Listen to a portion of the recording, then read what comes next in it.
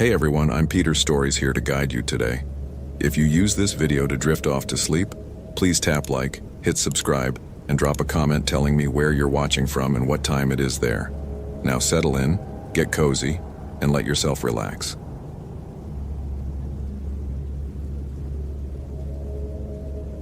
The Hunger That Walks, a Brandon Holloway story. Boundary Waters Canoe Area, Wilderness, Minnesota. September 2008. The water looked wrong. Brandon Holloway had spent 12 years studying aquatic ecosystems across North America, and he'd never seen a lake surface quite like this. The morning sun hit Saginaga Lake at the perfect angle, should have turned it into hammered copper.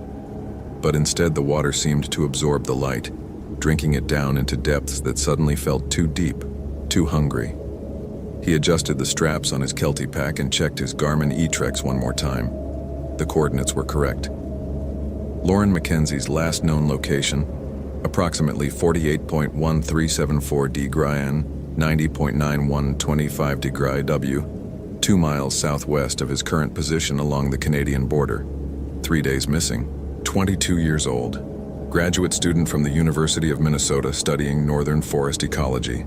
Last radio contact, September 17th at 14:23 hours, reporting she was establishing camp near an unnamed creek that fed into Saginaga. Her voice on the recording had been calm, professional. Base, this is Mackenzie. Setting up Site 17. Found something interesting in the sediment samples. We'll report findings tonight. Over. She never made that evening check-in. Brandon loaded his 17-foot Kevlar canoe, a Winona Wilderness model he'd used for 6 seasons, and pushed off from the boat launch at the Seagull Outfitters station. The stern dug into the water with a familiar resistance, but something felt off about the weight distribution. He'd packed the same way he always did. Dry bags secured low and centered, field kit accessible in the forward compartment, emergency beacon clipped to his PFD. Everything by the book. Still, the canoe seemed to list slightly to starboard, as if an invisible passenger sat just behind his right shoulder. The paddle strokes came automatically, the J-stroke correction every third pull, keeping him on course. The rhythm usually cleared his mind, let him observe. That's what made him good at his job. The ability to notice what others missed, to read the subtle language of ecosystems in distress. But this morning, the familiar meditation of paddling felt corrupted by a different kind of attention. He kept glancing back over his shoulder at nothing. The tree line along the shore seemed too dense, the shadows between the red pines and paper birch too absolute. He'd reviewed Lauren's field notes last night at the ranger station. Careful, methodical observations of soil composition, pH levels, vegetation surveys. The kind of solid, unimaginative work that got you through a master's program. Nothing remarkable until the final entry, dated September 16th. Unusual animal behavior observed. White-tailed deer moving northeast in groups of 8 to 12, outside normal pattern. Local flora showing stress markers inconsistent with seasonal change. Temperature anomalies recorded. We'll investigate further. Temperature anomalies. In September, in northern Minnesota. Brandon checked his thermometer. 72 degrees Fahrenheit. Perfect, late summer weather. A light breeze carried the scent of sun-warmed pine needles and the mineral tang of lake water. Everything exactly as it should be. So why did he feel cold? The canoe glided past a small island choked with alder and willow. A great blue heron exploded from the shallows with a harsh croak that made Brandon's paddle skip across the surface. His heart hammered against his ribs. Ridiculous overreaction to a common bird. But the heron's flight path struck him as wrong somehow. It was flying northeast, low and fast, the way prey animals moved when something hunted them, the way the deer had been moving in Lauren's notes. He consulted his map, an actual paper USGS topographic, not the limited display on his GPS.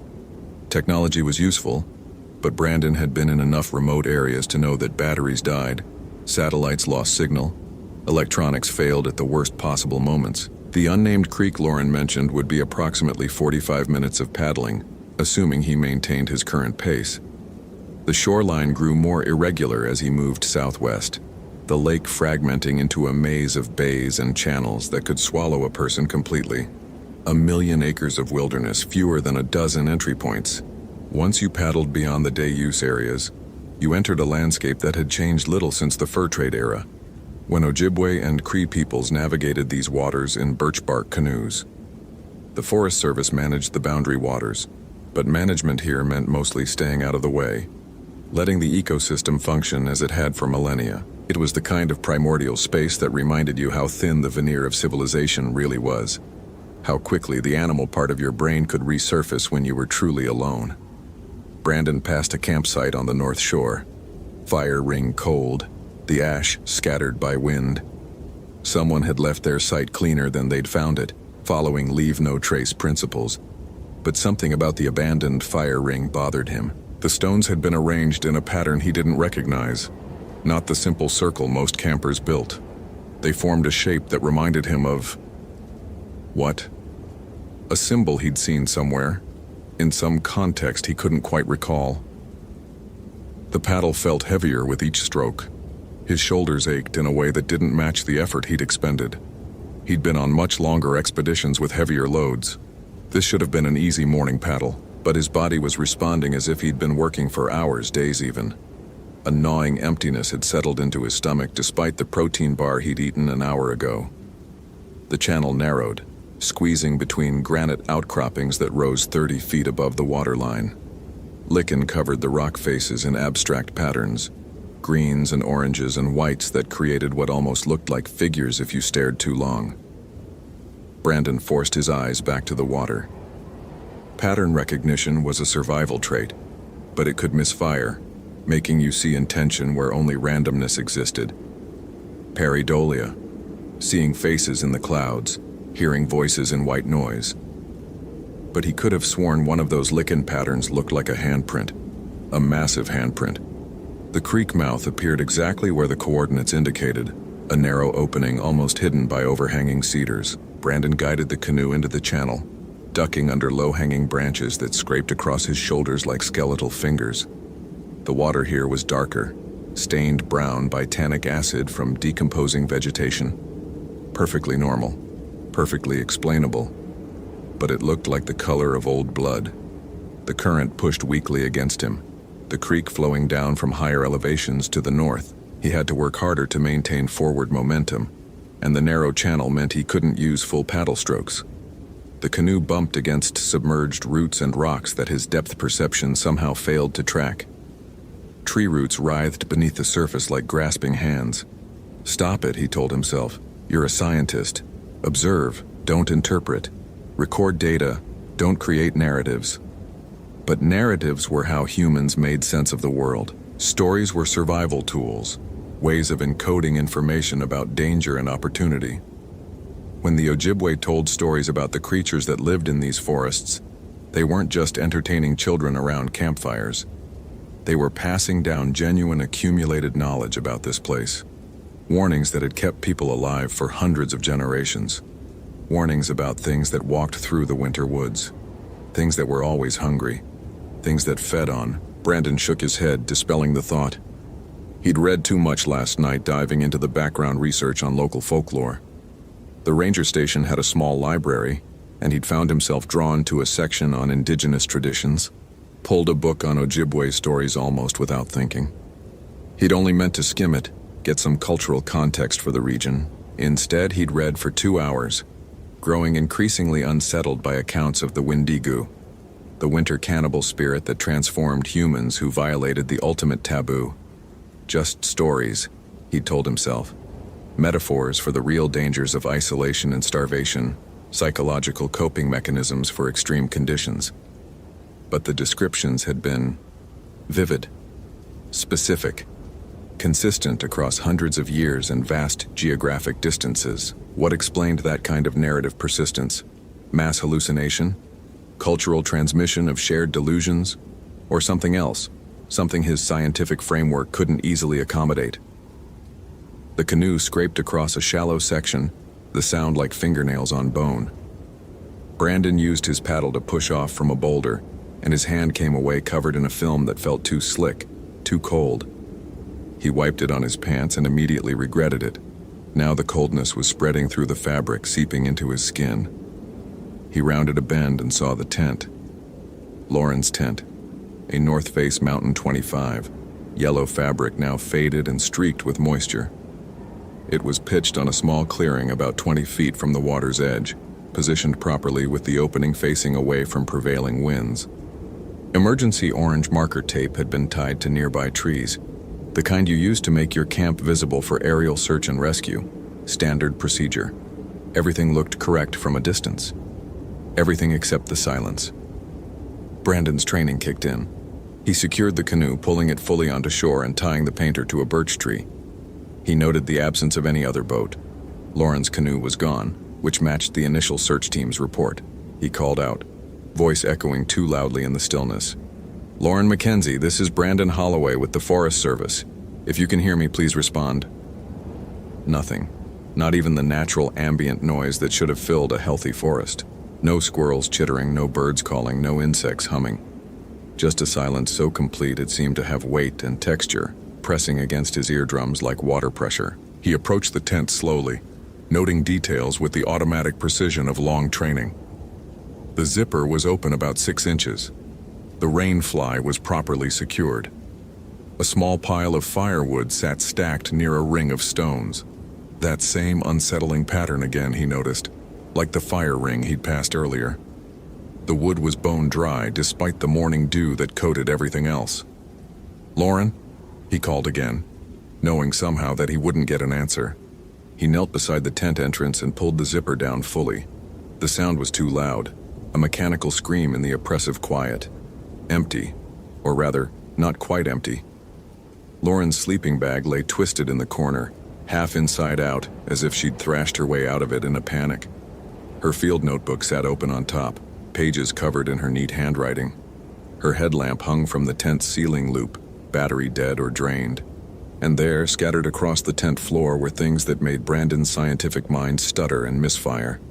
Bones, small ones, cleaned white. Bird bones, maybe, or squirrel. Arranged in patterns that echoed the stone arrangements outside.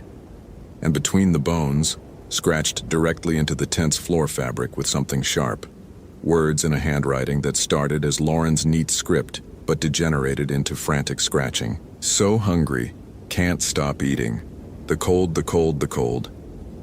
And at the bottom, in letters so deeply scored they'd nearly cut through the fabric, "It's inside me now." Brandon's hand was shaking as he reached for the field notebook. This was evidence. This was data. He needed to document everything, photograph it, preserve the scene. But part of him, the part that still processed information on a gut level, that hadn't been entirely domesticated by graduate school and peer review, wanted to run. Wanted to paddle back to civilization as fast as his arms could manage and pretend he'd never seen any of this.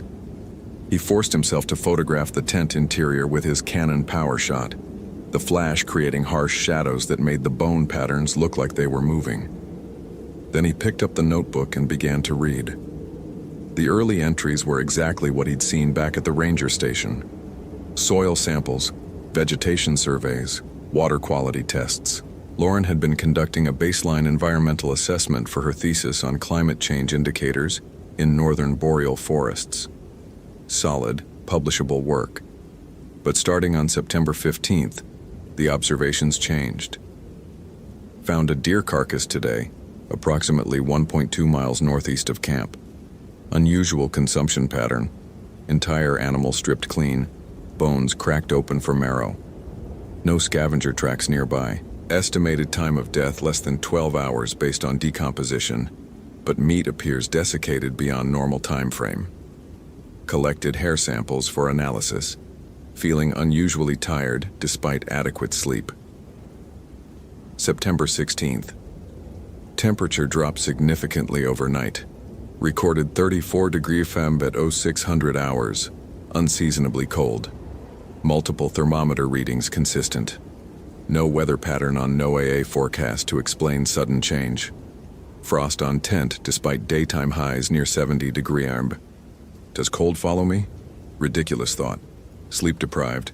So tired. So hungry. Ate 2 full meals this morning and still feel empty. September 17th. The final entry. Can't get warm. Wearing every layer I brought. Built fire, but heat doesn't penetrate. The hunger is worse. Ate all my food, all of it. Energy bars, freeze-dried meals, trail mix, everything. Still so empty. Heard something moving through camp last night. Thought it was a bear initially, but the footprints... The entry stopped mid-sentence. A long smear of what looked like dried blood trailed down the page. Brandon's radio crackled suddenly, making him drop the notebook. Static and distortion. Then a voice that might have been the ranger station or might have been something else. Something that knew how to make the sounds of human speech without understanding what the words meant. Alo, Osician, Ern, Ak. He keyed the transmit button. Base, this is Holloway. I found Mackenzie's camp. She's not here. Evidence suggests... What? Evidence suggested what? That she'd gone mad? That something impossible had happened? That every rational explanation his mind constructed felt like a lie? Only static answered him. The radio's battery indicator showed full charge, but when he tried to transmit again, nothing happened. Dead electronics. Classic. He should have felt more alarmed. This was a genuine emergency situation. Lost hiker, disturbing evidence, communications failure. Protocol was clear. Secure the scene, activate the emergency beacon on his PFD, wait for the search and rescue team. They'd have a helicopter overhead within 2 hours. Ground team moving in by evening. But Brandon found himself standing up, walking to the tree line, following the footprints that Lauren's journal had mentioned. He didn't remember deciding to do this. His body was moving with a kind of autopilot conviction, drawn forward by curiosity that felt increasingly like compulsion. The prints were there, just inside the tree line, barefoot, human-shaped more or less, but wrong in proportions, too long, too narrow, the toe impression spread too wide. And the depth of the print suggested something impossibly heavy, far denser than human body weight could account for. The trail led northeast, directly away from camp, toward higher ground, toward the deeper wilderness, toward places where the old maps simply said, unmapped terrain, and left vast stretches blank. Brandon followed. The forest here was older than the second-growth timber that dominated most of the boundary waters. These were old-growth red and white pines, some of them 4 feet in diameter at chest height, survivors of the great logging era that had stripped this region bare in the 19th century. They'd been too remote, too difficult to access, so they'd stood while everything around them had been cut and hauled away. Now they towered overhead, their canopy so dense that the understory was relatively clear, carpeted with needles that muffled his footsteps. The silence was total, absolute. Not the peaceful quiet of a healthy forest, but something more like acoustic death, as if sound itself was being absorbed by the trees, swallowed into some vast emptiness. The temperature dropped with each step he took. Brandon could see his breath now, white mist in air that his thermometer still read as 70 degrees. The discrepancy should have alarmed him more than it did, should have sent him running back to camp, back to the canoe, back to rational civilization where thermometers worked and cold only came with meteorological justification. But the hunger was growing. He'd eaten breakfast 3 hours ago, 2 protein bars and an apple, adequate fuel for a morning of paddling. But his stomach felt cavernous, empty in a way that transcended simple caloric need. This was a hunger that ached in his bones, that made his teeth feel loose in his jaw, that turned every living thing around him into potential sustenance. When had he last eaten? Breakfast felt like days ago. Weeks. The memory seemed to belong to someone else, someone who still thought food was about nutrition and not about the desperate animal need to fill an emptiness that kept growing, kept demanding, kept screaming inside his skull. Focus. Document. Observe. The footprints continued, and now Brandon noticed other signs. Trees with bark stripped away in long vertical gouges, the marks spaced like claw swipes but too high, too violent. The exposed wood underneath was blackened as if by frostbite, though that was impossible. Wood didn't get frostbite. Dead plant cells couldn't suffer from cold damage the way living tissue could. Except the trees weren't dead.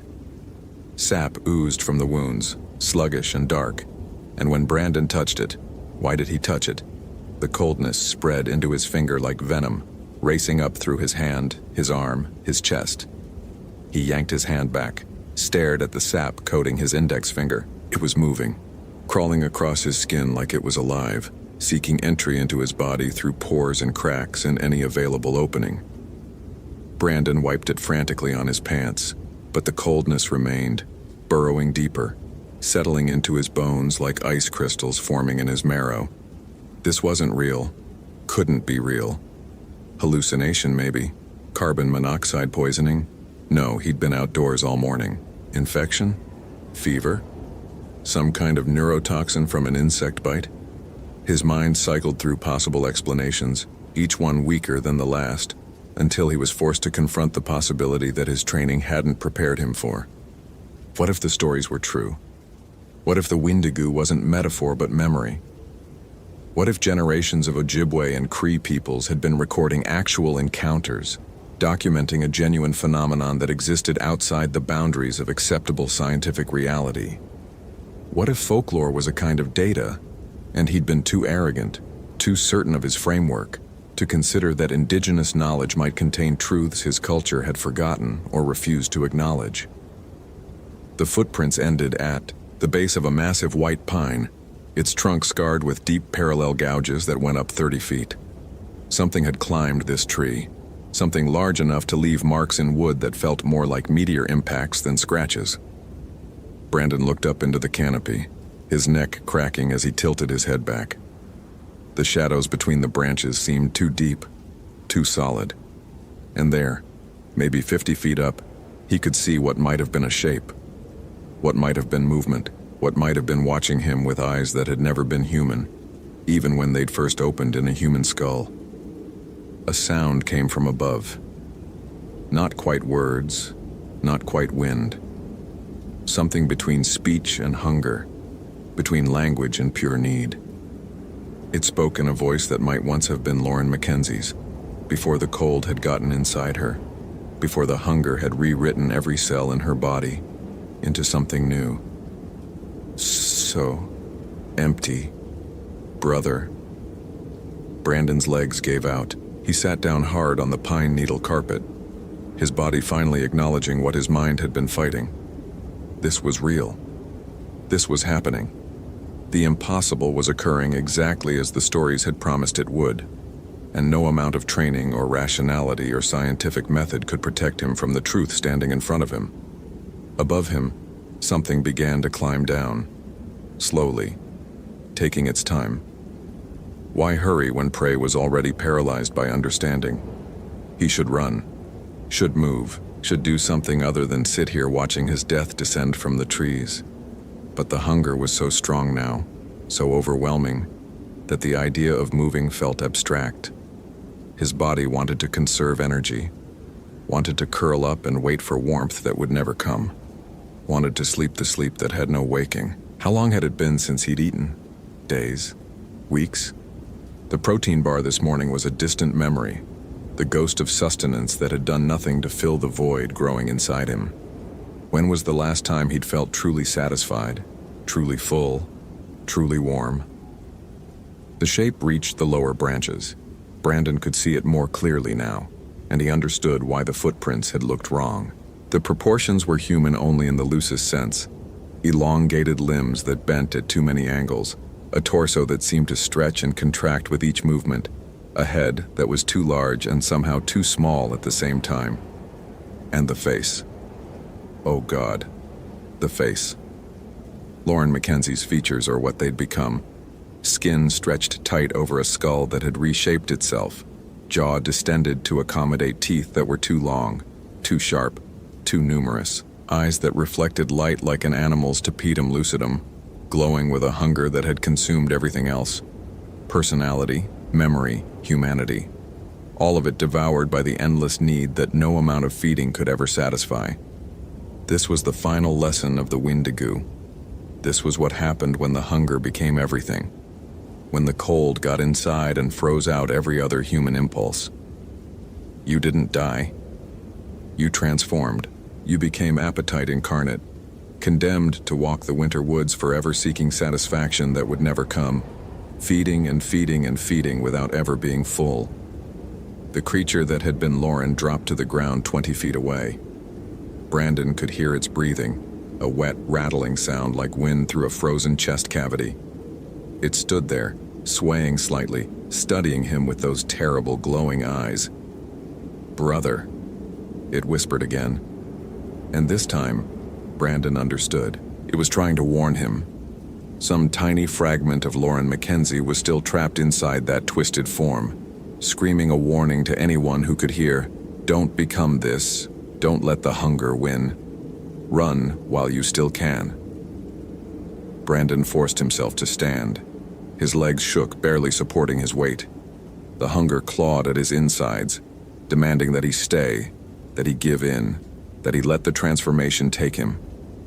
How easy it would be to simply stop fighting, to accept the cold, to embrace the emptiness, to become something that never had to feel human guilt or human fear ever again. He took one step backward, then another. The creature's head snapped toward him, tracking the movement with predatory precision. Its mouth opened impossibly wide, and from somewhere deep in its chest came a sound that might have been words in Anishinaabemowin, the language of Lauren's ancestors, the old words for old things that walked between the worlds.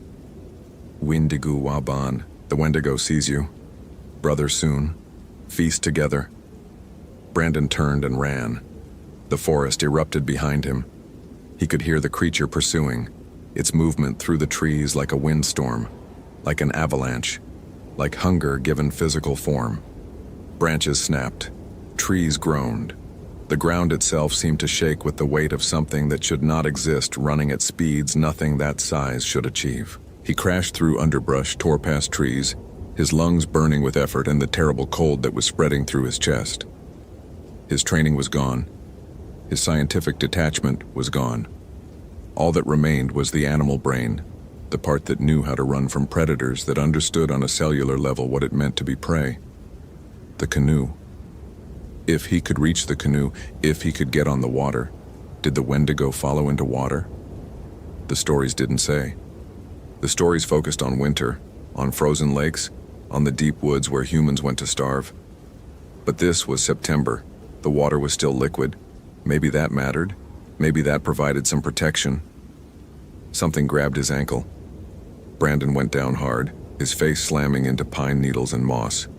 He twisted around, kicking frantically, and saw that it wasn't the creature that had caught him. It was a root. Just a root. Wrapped around his boot through impossible coincidence, or maybe something worse. Maybe the forest itself was conspiring to slow him down, to give the hunger time to catch up.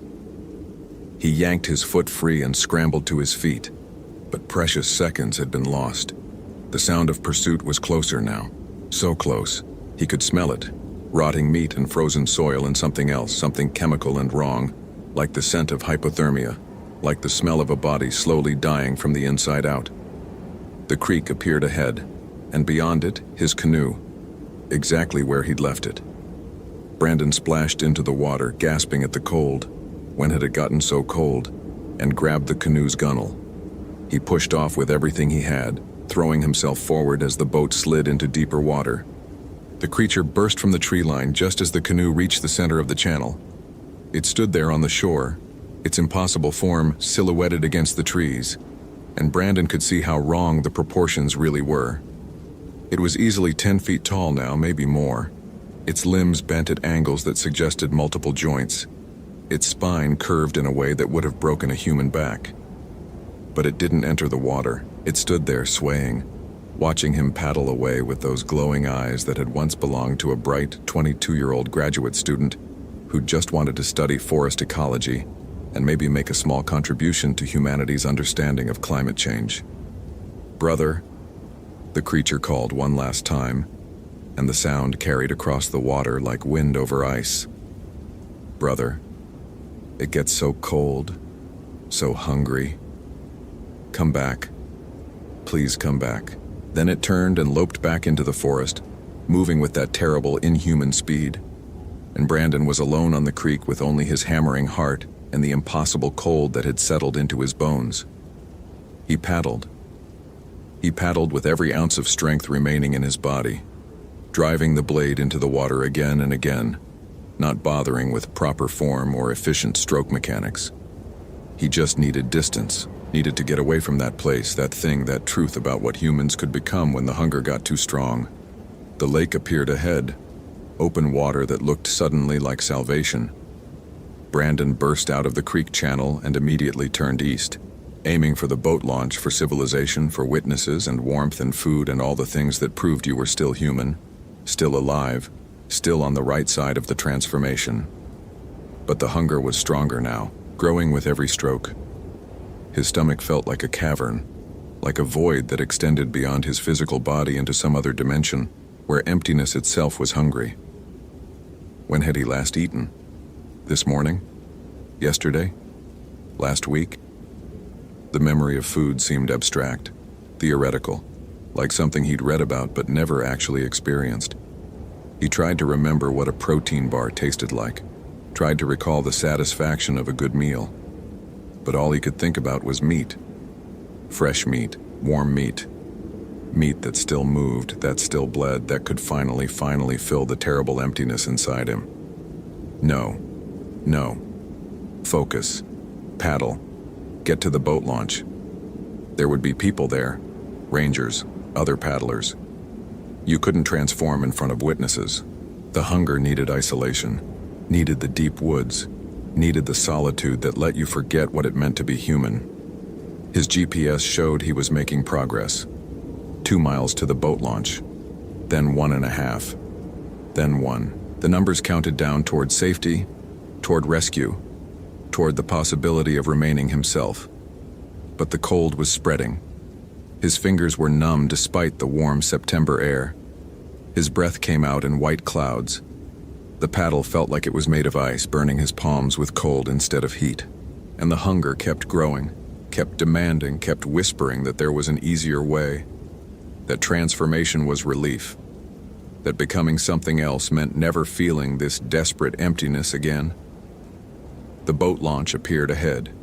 Vehicles in the parking lot, a family loading their canoe, normal people doing normal things in a world where the impossible didn't exist. Brandon aimed for the dock, his paddle strokes growing weaker. Almost there, almost safe, almost still human. The canoe's bow scraped against the dock. Brandon tried to stand, but his legs wouldn't support him. He collapsed onto the dock boards, gasping, shivering despite the afternoon sun. Someone was running toward him. A ranger, Jake Williams. He'd met him yesterday at the station. Jake's face showed concern, alarm, the professional worry of someone trained to handle emergencies. But not this. Not what was really happening. Holloway, Jesus, you look like hell. Did you find Mackenzie? Brandon opened his mouth to answer, but the words that came out weren't quite his, weren't quite human. They were colder, hungrier, emptier. So cold, so hungry. Haven't eaten in so long. Jake grabbed him under the arms, helped him sit up. Easy, man. When did you last eat? You've got food in your pack, right? Let's get you. No, Brandon gasped, forcing the words through lips that felt frozen. No, you don't understand. I found her camp. Found evidence. She's gone, Jake. Changed. And it's spreading. The cold, the hunger. He stopped, because Jake was staring at him with an expression Brandon recognized. The look you gave someone who'd been in the woods too long, who'd let isolation and stress break their grip on reality. The look that said, this person needs medical attention and psychiatric evaluation. And maybe Jake was right. Maybe the past few hours had been hallucination, stress-induced psychosis, some kind of neurological event that had transformed a routine search and rescue mission into a waking nightmare. That was the rational explanation. That was the explanation his training demanded he accept. But Brandon could still feel the cold in his bones, could still smell that terrible scent of rot and ice, could still hear Lauren's voice echoing across the water. Brother, come back. Jake was talking into his radio, calling for backup, for medical support, describing Brandon's condition in clinical terms that reduced terror to symptomology: dehydration, hypothermia, possible shock. All perfectly reasonable diagnoses that explained everything except the truth. They helped him into a ranger station vehicle. Someone gave him a thermal blanket, a bottle of water, a sandwich. The food tasted like nothing. Worse than nothing. He chewed and swallowed mechanically, trying to convince his body that this was sustenance, that this would fill the emptiness. But the hunger only grew stronger, spreading through him like frost through water. In the rearview mirror, as they drove away from the boat launch, Brandon caught a glimpse of the tree line. Something was standing there just inside the shadows, tall, too tall, watching with eyes that reflected the afternoon sun like animal eyes, like the eyes of something that had once been human, but had forgotten what that meant. And Brandon understood with horrible clarity that he had two choices. He could tell the truth and be dismissed as crazy, locked in a psychiatric facility while the transformation continued unchecked. Or he could stay silent, return to civilization, try to fight the hunger with willpower and denial until the inevitable day when the cold won, and he walked into the deep woods to complete what had begun the moment he'd stepped into Lauren Mackenzie's camp. There was no third option. The Wendigo had seen him, had marked him, had welcomed him as brother, and once the winter cannibal spirit claimed you, there was no cure, no reversal, no way back to the warm human world of satisfying meals and comfortable sleep. Only hunger, only cold, only the endless winter that walked on two legs through the forests of the world, searching for others to transform, to consume, to welcome into the emptiness. Brandon pulled the thermal blanket tighter around his shoulders, but it didn't help. Nothing would help. Because the cold was inside him now, and it was spreading. And soon, maybe tomorrow, maybe next week, maybe next month, he would walk into the woods and not come back. And somewhere in the million acres of the boundary waters, something that had once been Lauren Mackenzie was waiting for him, patient as winter, hungry as the void between stars, waiting to welcome her brother home. Hope you felt genuine terror. If you appreciate authentic horror rooted in real folklore, consider following for more stories. Which moment scared you most? Share your theory about what happened to Brandon.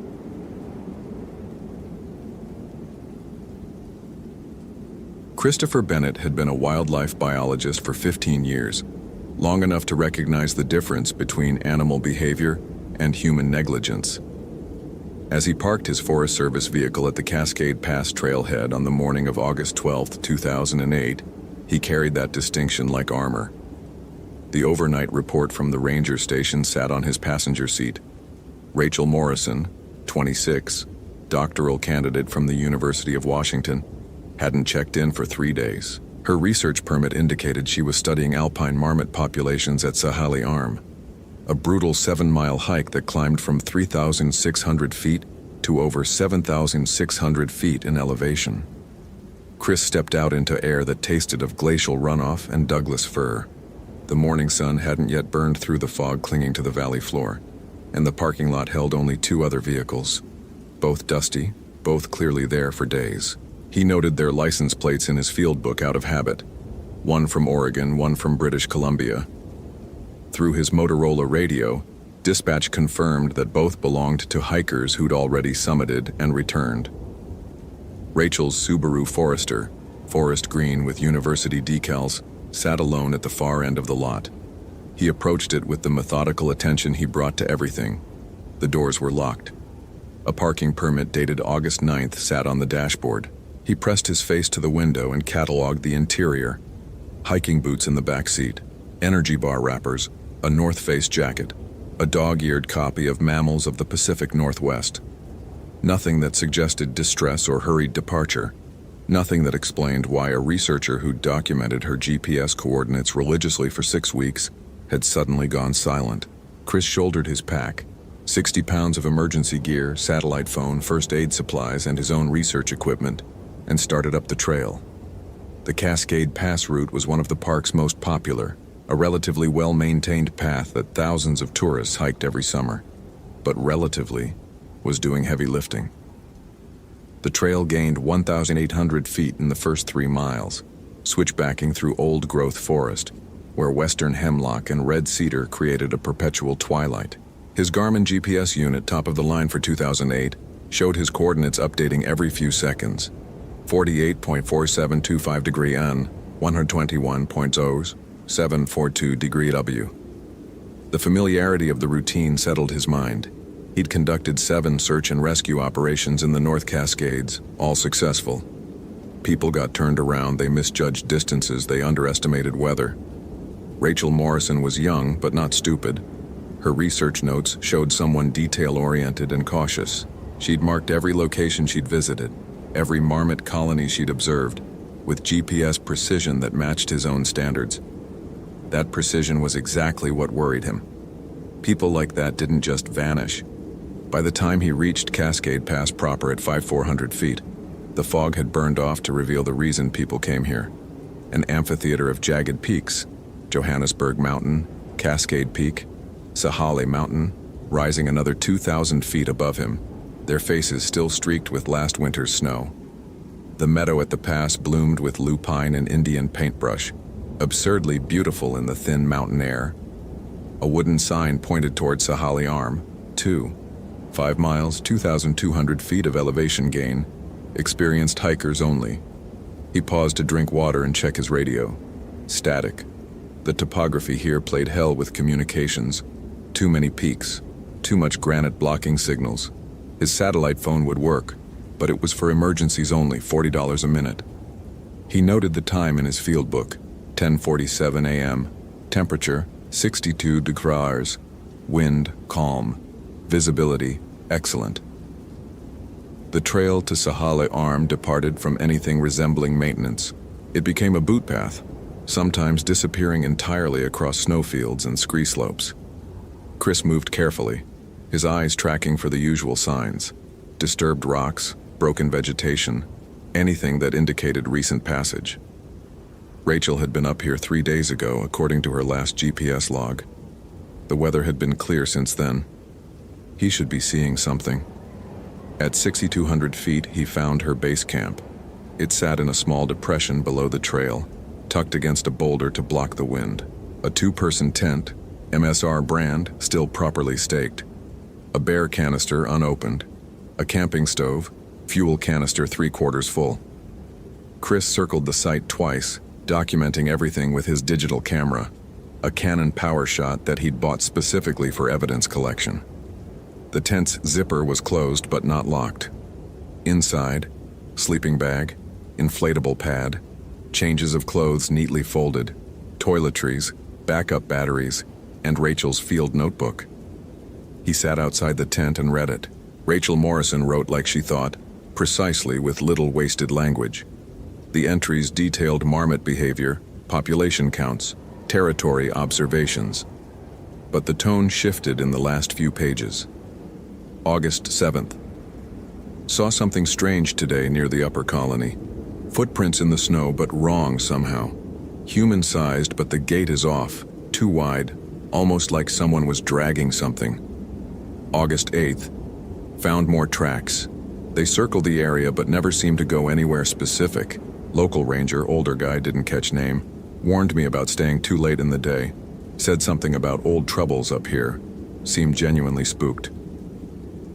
August 9th, her last entry was different. The handwriting was messier, written in haste. Something's wrong with the upper snowfield. The temperature drops 30 degrees within 10 feet. No wind explanation. And I keep hearing. The sentence stopped mid-thought.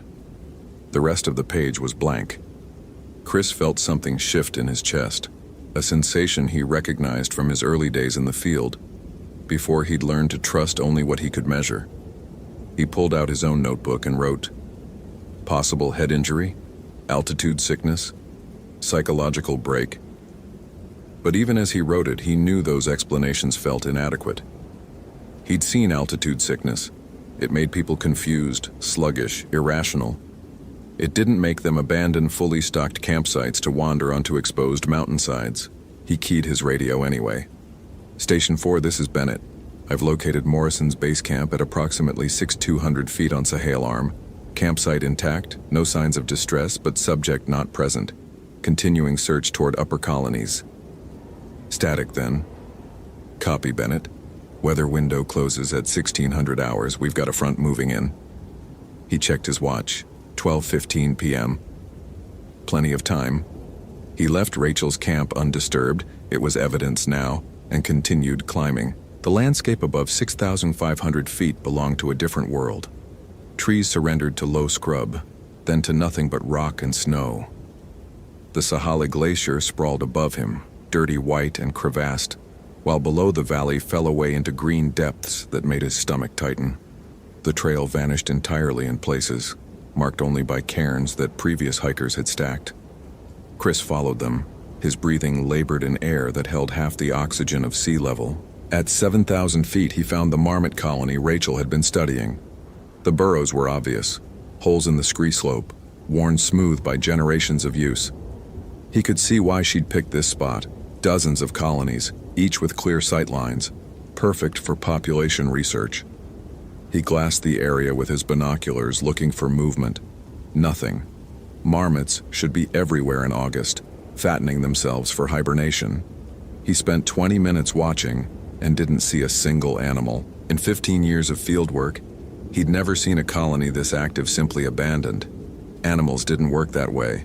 They had territories, food sources, instincts that overrode almost everything. He was about to move on when he noticed the snowfield. It lay 50 yards above the colony, a tongue of white that hadn't melted despite 3 weeks of summer sun. Chris approached it with his thermometer already out. At the edge, 58 degrees, 5 feet in, 52 degrees, 10 feet in, 41 degrees, 15 feet in, 28 degrees. He stopped. That wasn't possible. Not without wind, not without shade, not without some geographic explanation he couldn't see. He checked his GPS. 48.48922D, 121.0531 degree W. He photographed the thermometer readings, the snowfield, the surrounding terrain. Evidence, data, things he could measure. The cold wasn't the only wrong thing. The quality of light changed inside the snowfield's influence, becoming flat and gray despite the clear sky. The silence was absolute. No marmots, no pikas, no insects, nothing. Chris had spent enough time in the backcountry to know that silence this complete was unnatural. Something was keeping the animals away. He found the tracks 20 feet further in. They were humanoid, roughly boot-sized, but wrong in ways that made his brain stutter. The depth was inconsistent. Some impressions looked like they'd been made by someone weighing 300 pounds. Others barely dented the snow. The stride length varied impossibly, from normal walking pace to gaps of 6 or 7 feet. And they didn't lead anywhere. They circled, doubled back, crossed themselves in patterns that suggested either madness or something that didn't navigate the way humans did. Chris photographed everything. He measured the tracks, noting their dimensions in his field book. He told himself there were explanations. Snowmelt creating optical illusions, multiple people walking in the same area, tricks of perception at altitude. He told himself this even as he felt the temperature continuing to drop, even as his breath began to fog, even as his skin prickled with a sensation he hadn't felt since childhood, the certainty of being watched. Rachel? His voice fell dead in the air, absorbed by something other than distance. No response. But as he turned to leave, he saw it. A piece of orange fabric caught on a rock at the edge of the snowfield. He recognized it immediately, the same shade as the jacket that had been in Rachel's car. He bagged it carefully, noting the location, and tried to ignore the fact that the fabric wasn't torn. It had been cut precisely with something sharp. The front that weather had promised arrived early. Clouds materialized from nowhere, or everywhere, pouring over the peaks like water. The temperature plummeted. Within 20 minutes, Chris found himself in a whiteout, visibility reduced to arm's length. He activated the GPS's trackback function and started descending, moving carefully. Getting lost up here meant dying up here. The Cascades killed experienced hikers every year. Falls, exposure, gravity fed by a single wrong step. He was passing 6,800 feet when he heard the voice. Christopher. His name, clear despite the wind, coming from somewhere above and behind him. A woman's voice, but not Rachel's. Older, accented in a way he couldn't place. Eastern European, maybe. Romanian? He turned. The fog swirled and parted, and for just a moment, he saw a figure standing on an outcrop 50 feet upslope. Human-shaped but motionless, completely still despite wind that was now gusting hard enough to rock him on his feet. It wore dark clothing that might have been formal, archaic, wrong for the mountains. He couldn't see its face. "Hello?" He pulled his radio, tried dispatch. Dead static. The GPS screen flickered and went dark. Battery indicator showing full one moment and nothing the next. His expensive, reliable, thoroughly tested equipment had just failed simultaneously. The figure remained motionless. Chris's training, his years of field experience, his rational mind that had carried him through a decade and a half of backcountry work, all of it screamed at him to catalog this, to find the logical explanation. Hiker in distress, lost tourist, hallucination from altitude and stress. His mouth was dry, his hands shook, and not from cold. "I'm with the Forest Service," he called. "Are you injured? Do you need help?" The figure tilted its head, a motion so slight and so alien that Chris's hindbrain, the part that predated language and logic, began to scream. Then it moved. Not walked, moved. One moment on the outcrop, the next 10 feet closer, with no transition between positions, like frames cut from a film. Chris ran. He didn't think about it, didn't rationalize it, just turned and plunged down slope through the fog. His boots skidded on wet rock. He caught himself with his hands, felt skin tear, kept moving. Behind him, though behind felt like an inadequate description, he heard sounds that his brain refused to properly process. Footsteps, but with too many impacts. Breathing, but from a chest that moved wrong. And underneath it all, a smell that cut through the clean mountain air. Decay, sweet and thick and impossible to ignore. He made it to Rachel's camp at 6,200 feet before his legs gave out. The fog had thinned slightly, enough to see the tent, the bear canister, the familiar markers of human habitation. He crawled inside the tent and zipped it closed, knowing how absurd that was, how a nylon barrier meant nothing, but needing the psychological separation anyway. His satellite phone. He still had the satellite phone. He pulled it out with shaking hands, powered it on, waited for the connection. The screen glowed. Acquiring signal. Acquiring signal. 40 seconds later. Signal acquired. He dialed the ranger station. North Cascades Emergency Services. "This is Christopher Bennett, wildlife biologist, badge number 4722. I'm at 6,200 feet on Sahaley Arm. I need immediate extraction. Weather's closing in and..." He stopped. "And what? And I'm being stalked by something that moves wrong? And all my equipment failed? And I've lost my fucking mind at altitude." "Mr. Bennett, we're tracking the weather. It's going to be dark in 3 hours and we can't fly in these conditions. Can you make it back to the trailhead?" Could he? 7 miles downhill. He knew the route. Even in fog, even in failing light, he could do it. But the thought of leaving the tent, of going back out there with that thing, made his throat close. "There's someone up here," he said finally. "Or something. I can't." He sounded hysterical, irrational. Everything he'd built his career on not being. A pause on the other end. Then, "Sir, are you injured? Do you need medical evacuation?" "No. Yes. I don't know." He forced himself to breathe.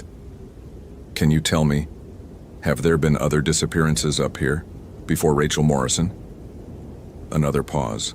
Longer. "Why do you ask that?" "Just answer the question. I'm transferring you to Ranger Williams. He's been here since the 70s. Hold, please." The hold music was incongruous, some pop station bleeding through satellite noise. Chris watched the tent walls. They moved in the wind, rippling, creating shadows, creating things that looked like hands pressing from outside. "This is Williams."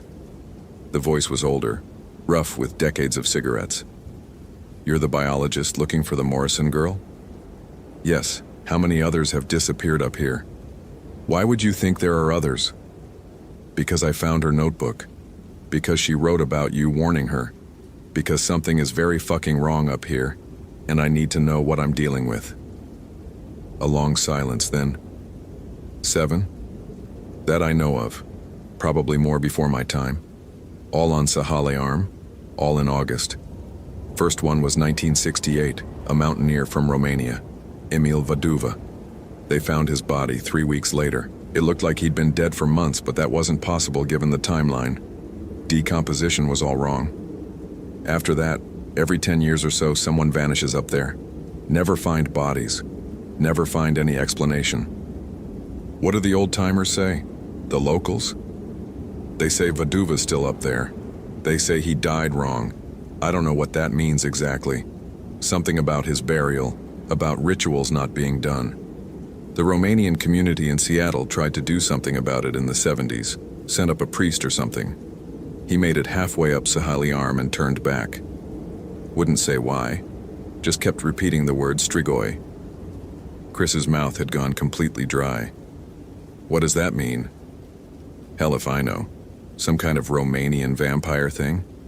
But not like Dracula. More like a ghost that thinks it's still alive, or a corpse that hasn't figured out it's dead. The stories say they returned for unfinished business, or because their death was violent, or because they were evil in life. They're supposed to be intelligent, vengeful, and very, very patient. The tent wall pressed inward, and Chris scrambled back. Through the nylon he saw a silhouette, human-shaped, motionless, watching. "It's here," he whispered into the phone. "Right now, outside the tent. Get out of there. Right now. Move downslope. Don't stop until you're at the trailhead." "I can't." "You don't have a choice. Listen to me. Those things in the stories, the Strigoi, they own their territory. The higher you are on that mountain, the more it belongs to them. You need to get lower. You need to leave." The silhouette moved. One moment visible, the next gone with no transition. Chris lunged for the tent zipper, burst outside. The campsite was empty, fog swirling. His pack sat where he'd left it, Rachel's things undisturbed. But on the tent, drawn in something dark that his brain absolutely refused to identify as blood, was a symbol. A circle with a cross, inverted, with strange letters around the perimeter that looked like no alphabet he recognized. He grabbed his pack and ran. The trail disappeared almost immediately in the fog. He followed his GPS, which had mysteriously revived, down through switchbacks that seemed to multiply, that led him past features he didn't remember from the ascent. Trees emerged from the mist, twisted in shapes that suggested agony. Rocks arranged themselves in patterns that his peripheral vision insisted were faces. And always, he heard the footsteps behind him. Never close enough to see clearly, never far enough to forget. At 4,000 feet in the old-growth forest where twilight reigned even at midday, he found the others. They hung from trees like grotesque ornaments. Not recently, these were old, reduced to bones and scraps of fabric. 7 of them, he counted, though the fog made it hard to be certain. 7 disappearances, 7 bodies, all displayed in a rough circle around a clearing where something had burned the ground black decades ago. At the clearing's center stood a wooden marker, weathered almost to illegibility. Chris approached despite every instinct screaming at him to run. He had to know. The marker was a grave, or had been. The name, barely visible, Emil Vaduva, 1934-1968. Someone had scratched newer words beneath, Nen Mormentat, Necredentios, Blestimat. Chris didn't speak Romanian, but he knew cognates when he saw them. Unburied, unfaithful, cursed. They left me incomplete. The voice came from behind him, and Chris spun. The figure stood at the clearing's edge, and for the first time Chris saw it clearly. It was a man, or had been. Tall, gaunt, dressed in what might have once been climbing gear from the 1960s. But the details were wrong. The skin was gray, waxy, pulled too tight over the bones. The eyes were white, filmed over, yet they tracked Chris with perfect precision. And the mouth, when it opened, revealed teeth that were yellowed, broken, and far too sharp. "My body lies nowhere," the thing said. Its English carried a heavy accent, each word carefully shaped. My soul can find no rest. They buried me without the rituals, without the proper words. They left my mouth open. They left my heart intact. They did not bind me. Chris's hand found his radio, but he couldn't make himself key it, couldn't make himself move. I didn't mean to kill the first one, Vaduva continued, moving forward with that same reality-skipping motion. I was confused, hungry. The death was confusing. But then I understood. I could never leave, never rest. So I made this place mine, my territory, my hunting ground. It gestured to the hanging bodies. They keep me company, in their way. Where's Rachel? Chris's voice cracked. Where's Rachel Morrison? The thing's head tilted. The dark-haired girl she sees now, she understands, she is becoming. Chris ran again, but this time his legs were water, his coordination gone. He made it 20 feet before he tripped over a root and went down hard. The thing was on him in an instant, no transition, just suddenly there. The smell was overwhelming. Rot and earth and something underneath that was worse. Something chemical and wrong. Its hand, cold and impossibly strong, grabbed his jacket. You will join them, it said. Or you will run, and every year you will remember this place. And every year you will wonder if I'm following you down the mountain, getting closer, getting stronger. This is my gift. This is my curse. To never finish, to never rest, to drag others into the waiting. Chris's hand found something in his jacket pocket, a small glass bottle, holy water, pressed on him by his Catholic mother before he'd moved to Washington. He'd kept it as a joke, a talisman, a reminder of her superstitions. His rational mind had mocked it for 15 years. He threw it in the thing's face. The reaction was immediate and violent. Vaduva screamed, a sound that no human throat should produce, and recoiled. Where the water had touched, the skin bubbled and blackened. The thing stumbled backward, and Chris didn't wait to see more. He ran, sliding and falling down the trail, branches whipping his face, his lungs burning. The screaming followed him, echoing through the forest, until finally it faded into wind and distance. He reached the trailhead at 7:47 p.m., stumbling into the parking lot just as full darkness fell. His vehicle sat where he'd left it. Rachel's Subaru was gone. The two other vehicles remained, and he understood now what they represented. Not hikers who'd returned safely, hikers who never would. The Rangers found him collapsed against his truck, hypothermic and incoherent. They took him to the hospital in Cedro Woolley, treated him for exposure and dehydration. When he tried to tell them what he'd seen, they exchanged glances. When he insisted they search for the hanging bodies, they explained that they'd searched that area thoroughly over the years. There were no bodies. There was no grave marker. There was nothing but old forest and the accumulated fears of men who spent too long alone in the mountains. Chris was placed on administrative leave, mandatory psychological evaluation, possible PTSD. The official report listed Rachel Morrison as missing, presumed dead from exposure or a fall. Her body was never found. Chris's equipment failures were attributed to the weather. His testimony was described as confused and unreliable. He never returned to the North Cascades. He transferred to a desk job in Oregon, analyzing population data, never going into the field. But every August, he feels it. A cold spot in his office that shouldn't exist. A sensation of being watched. The smell of decay cutting through recycled air. And at night when he's alone, he sometimes sees a figure standing in his backyard, motionless, dressed in old climbing gear, watching his windows with white filmed eyes. The rational part of his mind, the part that spent 15 years building a career on evidence and data, insists it's trauma, PTSD, the mind's way of processing an experience it can't categorize. But Christopher Bennett knows better now. He knows there are things that exist outside measurement, outside logic, outside the comfortable boundaries of science. He knows that in the North Cascades, on a specific arm of a specific mountain, something ancient and hungry still walks, still waits, still adds to its collection. And he knows that Rachel Morrison is up there still, somewhere between alive and dead, waiting for the rituals that will never come, becoming something that future hikers will glimpse through fog and run from, screaming into radios that won't answer. The Strigoi are patient. They have eternity to hunt. And the mountain remembers. Hope you felt genuine terror. If you appreciate authentic horror rooted in real folklore, consider following for more stories. Which moment scared you most?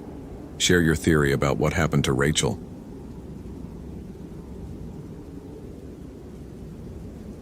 The coordinates came through dispatch at 14:47 on a Thursday afternoon, when the temperature had already climbed to 108 degrees. Daniel Carter was 3 miles into a routine patrol along the Idaho Mountain Drive, documenting saguaro blight patterns in his field notebook, when his Motorola radio crackled with the kind of static that meant someone was transmitting from deep in the monument's backcountry. "Carter, this is Base. We've got a welfare check request from University of Arizona. Graduate student, 26-year-old female Emily Sanderson. She was conducting field research near Alamo Canyon and missed 2 scheduled check-ins. Last known position was approximately 2 miles south of the Alamo Canyon trailhead. Vehicle located at the parking area, but no sign of the individual." Dan keyed his radio, already running through the protocols in his mind. Search and rescue procedures, timeline establishment, resource allocation. "Copy that. I'm 20 minutes from the trailhead. Has anyone made contact with the campsite?" "Negative. Forest Service requested we handle it since she's within monument boundaries. Her research advisor says she's experienced, not the type to wander off without communication." "Understood. I'll assess and report back within the hour." Dan had been with the National Park Service for 8 years, the last 4 at Oregon Pipe. He'd conducted 43 search and rescue operations in that time, and he'd developed a mental taxonomy for missing persons cases. There were the unprepared tourists who thought the Sonoran Desert was like a theme park and underestimated the heat. There were the migrants who crossed from Mexico and got turned around in the endless sameness of Creosote Flats. There were the elderly hikers who had medical emergencies. And then there were the statistical anomalies, the ones that didn't fit any pattern, the ones that made his reports read like fiction. This one already felt different. He reached the Alamo Canyon trailhead parking area 17 minutes later.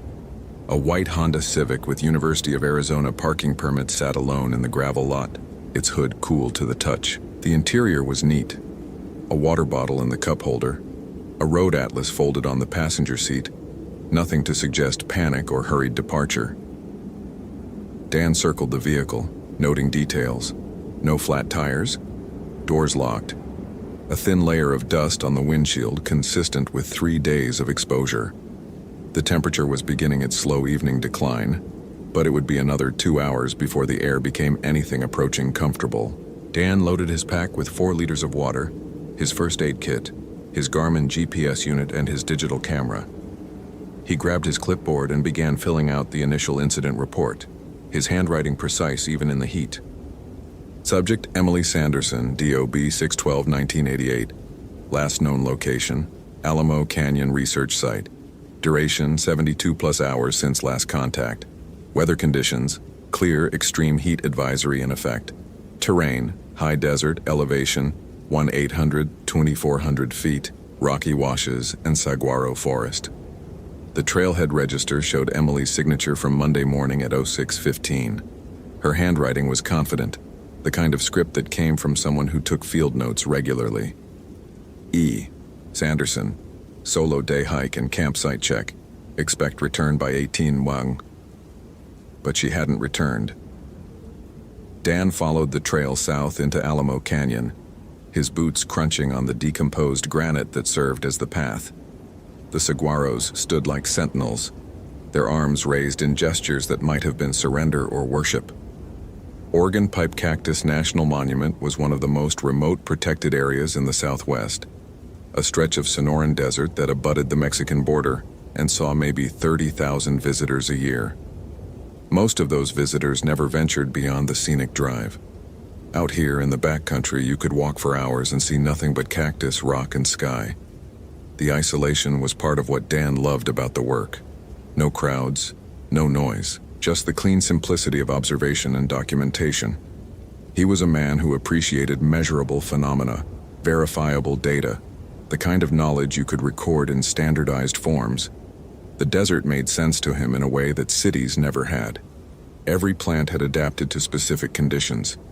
Every animal followed predictable patterns. Cause and effect. Input and output. He found Emily's campsite after 40 minutes of hiking, tucked into a sandy wash where a small grove of Palo Verde trees provided afternoon shade. The setup was professional. A lightweight tent staked securely against wind, a bare canister for food storage properly sealed, a camp stove and fuel organized on a flat rock. Solar panels were rigged to charge a battery pack. This was someone who knew what they were doing. But Emily herself was nowhere to be seen. Dan approached slowly, his eyes cataloging everything. The tent flap hung partially open. A sleeping bag lay half unzipped inside. A field journal rested on a folding chair, its pages fluttering slightly in the breath of wind that occasionally moved through the wash. He pulled out his camera and began documenting the scene, taking methodical photographs from multiple angles before he touched anything. The journal drew his attention first. It was open to an entry dated 3 days ago, the writing initially neat but becoming increasingly compressed toward the bottom of the page. Tuesday, 4/15/14, 1930 Har Saguaro census, complete for grid section D7. Documented 43 individuals, 12 showing signs of bacterial necrosis consistent with previous observations. Temperature peaked at 106 degrees Rao. Saw a coyote around 17 hour moving along the ridge to the east. Seemed to be tracking something, though I couldn't see any prey animals. It kept stopping and looking back at me. Odd behavior. Made me uncomfortable enough that I returned to camp earlier than planned. Something about the proportions seemed wrong. Too tall. The legs looked strange. Just the heat getting to me. Need to hydrate more. Dan frowned. He'd seen hundreds of coyotes in his years in the desert. They were typically wary of humans, rarely approaching close enough for detailed observation. He flipped back through earlier entries, finding dense notes on plant phenology, soil chemistry, and wildlife observations. Emily's research focused on climate adaptation in saguaro cacti populations near the monument's southern boundary. Serious academic work. Nothing frivolous. But the tone shifted in the later entries. Wednesday, 4/16/14, 07:59 hours, terrible sleep. Kept hearing something moving around the camp. Thought it might be javelinas. But the sounds were wrong. Footsteps almost, but with a strange rhythm. Fast, then slow. I got out of the tent twice with my flashlight, but didn't see anything. Coyote tracks near the wash, but they change. The sentence ended there, ink trailing off as if she'd been interrupted. The next entry was written in a noticeably less steady hand.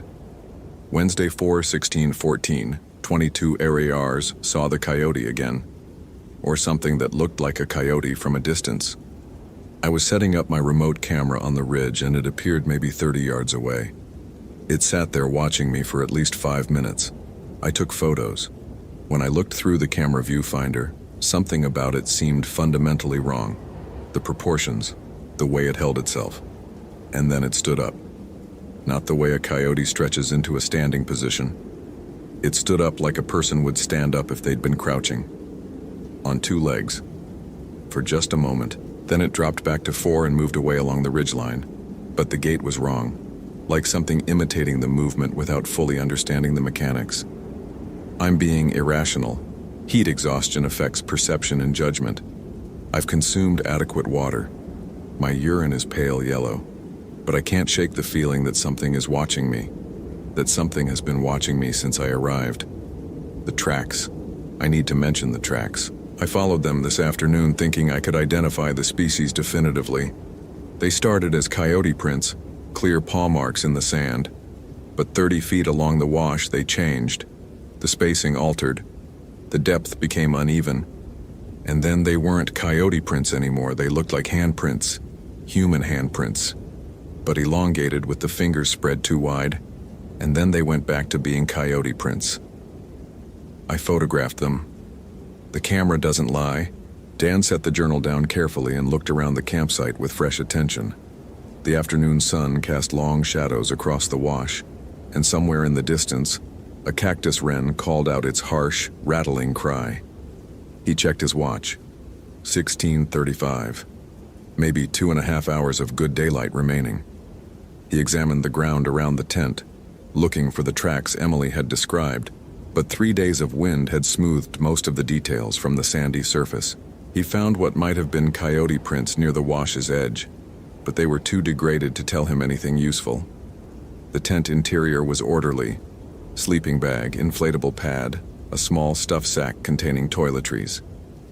Emily's research equipment was still here: a laptop in a protective case, GPS unit, multiple digital cameras, soil sampling containers.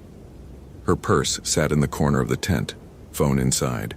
He pressed the power button and the screen lit up, 23% battery remaining, but there was no signal out here.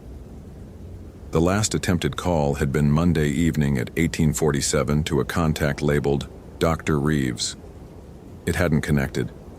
No sign of struggle, no blood, no torn fabric or broken equipment. It was as if Emily had simply stood up and walked away from her camp in the middle of research work, leaving everything behind. Dan spent the next hour conducting a grid search of the area within a quarter-mile radius of the campsite. He moved methodically, his eyes scanning the ground for any trace of passage. He found a few scuff marks on rocks, some disturbed gravel, but nothing that formed a coherent trail. The desert was good at hiding things. It was good at erasing evidence. Wind and sun were better than any cleaning crew. As the light began to fail, Dan made the decision to establish his own camp nearby and resume the search at first light. He radioed base with his status update, requesting additional SAR personnel for the morning. Then he set up his tent 20 yards from Emily's, arranged his gear, and ate an MRE while reviewing the photos on Emily's cameras. Most of the images were mundane scientific documentation, saguaros from multiple angles, close-ups of bacterial infections, landscape shots for context. But then he reached the photos from Wednesday afternoon, and his methodical chewing slowed.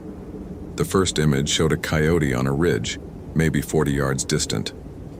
Normal enough, though the animal did seem oddly proportioned, the legs slightly too long for the body. The next photo was zoomed in, and Dan found himself staring at it for a long time. The coyote was looking directly at the camera, its eyes catching the light in a way that created 2 bright circles. But there was something in its posture, in the way it held its head, that registered as wrong in some deep pattern recognition part of his brain that evolution had honed for spotting predators. The third photo showed the animal mid-transformation, or that's how his irrational mind wanted to interpret it. Logically, it was just motion blur from the camera's shutter, the coyote captured in an awkward moment of movement.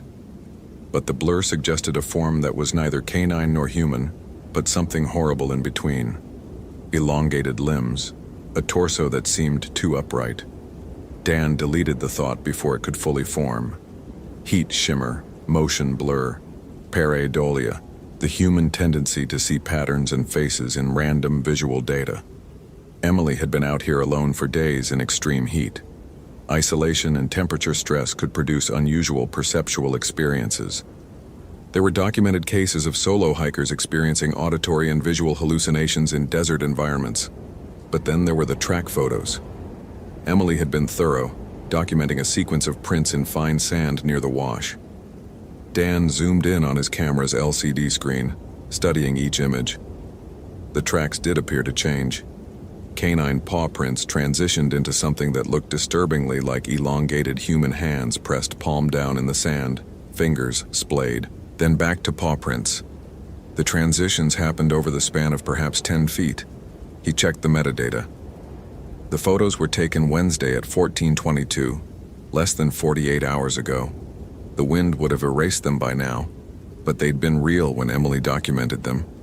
Dan's training insisted on rational explanations, multiple animals crossing the same path, unusual erosion patterns creating misleading impressions, but his training also insisted on thorough investigation, and that meant considering all evidence, even evidence that made him uncomfortable.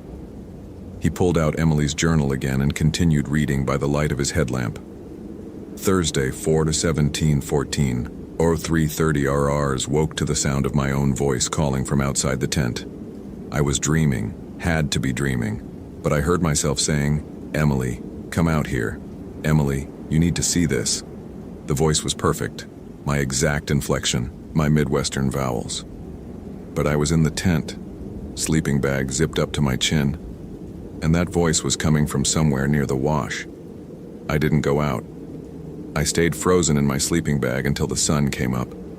When I finally got the courage to look, there were tracks circling my tent, dozens of them. Different species: coyote, javelina, jackrabbit, even what looked like deer tracks, though there are no deer in this part of the monument, all circling, around and around, like something had been pacing while trying on different shapes. I know how insane this sounds. There are legends. I've heard them. When I was doing preliminary research, a man at the gas station in Y looked at my maps and asked where I was camping. When I told him Alamo Canyon, his face changed. He said there were areas near the border that the Tohono O'odham don't go, places where... He used a word I didn't understand. Later I looked it up. Yi Naldlushi, skinwalker. Navajo legend, but similar beliefs exist across indigenous cultures in the Southwest. A witch who has violated sacred taboos. Someone who has killed a close relative to gain the power of dark transformation. They can wear the skin of any animal. They can imitate any voice. But that's folklore. That's cultural mythology used to reinforce social norms and explain unusual phenomena. That's not real. Except I keep thinking about those tracks. About that voice. About the way the coyote stood up. I'm leaving in the morning. I've documented enough data. There's no reason to stay out here alone. The journal ended there. Whatever had happened next, Emily hadn't written it down. Dan sat in his tent as full darkness fell over Organ Pipe Cactus National Monument. And for the first time in his career, he felt something he had always dismissed in others. The prickle of genuine unease that had nothing to do with rational risk assessment.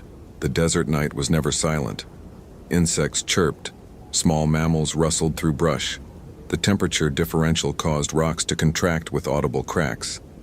But he found himself listening to each sound with hypervigilance, trying to categorize it, trying to assign it a known source. At 22:15, he heard footsteps.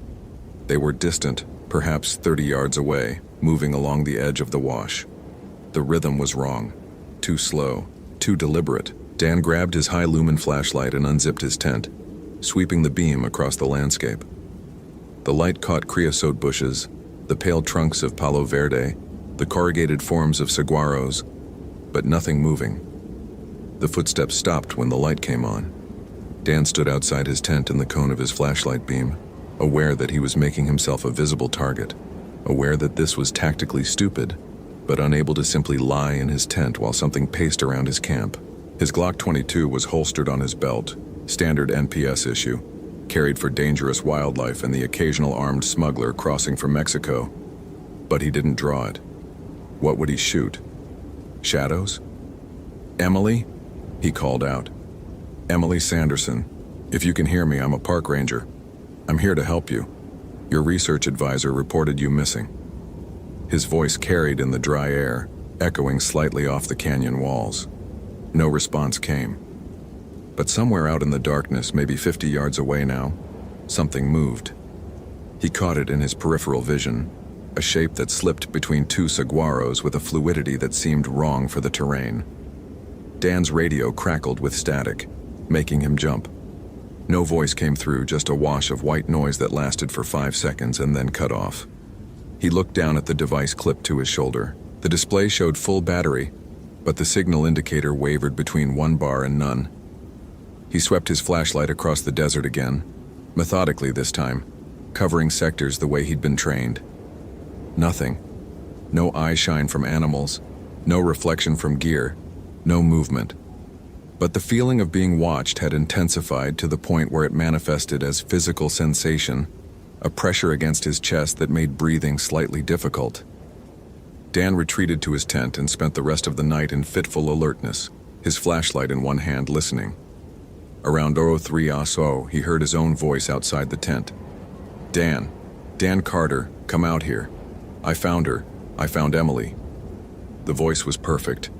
His own Kentucky accent, flattened by years away from home but still present in certain vowels. The cadence he used when speaking officially, ranger to civilian. He lay in his sleeping bag, his heart performing gymnastics in his chest, and said nothing. Dan, she's alive. She's hurt, but she's alive. I need your help to carry her back. He grabbed his radio. Base, this is Carter. I have a possible 10-33 repeat emergency situation at my location. Request immediate backup and helicopter extraction. Coordinates. He rattled off his GPS position. The voice outside the tent changed. It laughed. And the laugh started in his voice but shifted mid-sound into something else. Something that scraped against his hearing like audio feedback. Like the death scream of a rabbit being torn apart by a coyote. Like wind through a dead tree. Like nothing he could properly name. Then silence. Dawn took an eternity to arrive, and when it finally did, Dan emerged from his tent to find tracks everywhere. Coyote prints, javelina prints, even the dragging trails that sidewinders left in sand. They circled both tents in complex overlapping patterns, and in several places the tracks transitioned mid-stride from animal to something else. Something with elongated digits that pressed deep into the sand.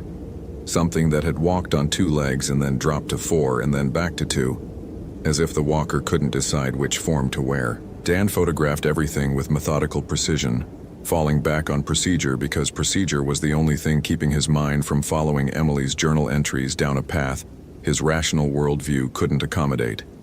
He measured the tracks. He took scale photos with his ruler. He documented the spatial relationships and the transition points. The evidence was undeniable, and it denied everything he understood about mammalian locomotion and forensic tracking. His radio crackled. Carter, this is Base. Did you just call for emergency extraction? Affirmative. I called at approximately 03:15 hours. We have no record of that transmission. Your radio didn't go active until just now. Dan looked at his radio, then at the track circling his tent, then at the brightening sky where a helicopter should have been converging on his position. Understood. Consider this my official request. I need SAR personnel and a helicopter at my coordinates as soon as possible. We have a missing person situation with complications. Define complications. He stared at the tracks, at the impossible transitions, at the evidence that Emily Sanderson had not been delusional or heat-stressed, but had instead encountered something that existed outside the framework of his carefully maintained scientific worldview. Possible wildlife hazard. Unusual predator behavior. I'll provide full details in my report. The helicopter arrived 90 minutes later, bringing 3 additional rangers and a search dog. Dan briefed them on Emily's disappearance, on the campsite evidence, on the timeline, but he found himself editing his language, removing references to anything that sounded too strange. Unusual tracks became possible coyote activity. The voice in the night became auditory distortion in canyon acoustics. But when Travis Morrison, a ranger he'd worked with for 3 years, examined the track photos on Dan's camera, his expression shifted into something Dan recognized, the look of someone encountering evidence that contradicted their understanding of reality. You seeing what I'm seeing in these photos? Travis asked quietly, away from the others. Tell me what you're seeing, Dan said. Tracks that change. Coyote to something else. To something that shouldn't exist. Travis looked up at the surrounding canyon walls, the saguaro standing sentinel on the ridges, the endless undulation of desert stretching toward Mexico. You know what the O-Autumn call this area? The burned place. There are stories about why, old stories, stories about things that walk wearing skins that don't belong to them. Dan wanted to dismiss it. He wanted to explain everything through rational mechanisms, heat distortion, tracking errors, misidentification, but he'd spent the night listening to his own voice calling from outside his tent, and he'd seen the track circling in the morning light, and somewhere in his chest, the careful architecture of his skepticism had developed cracks. The search expanded.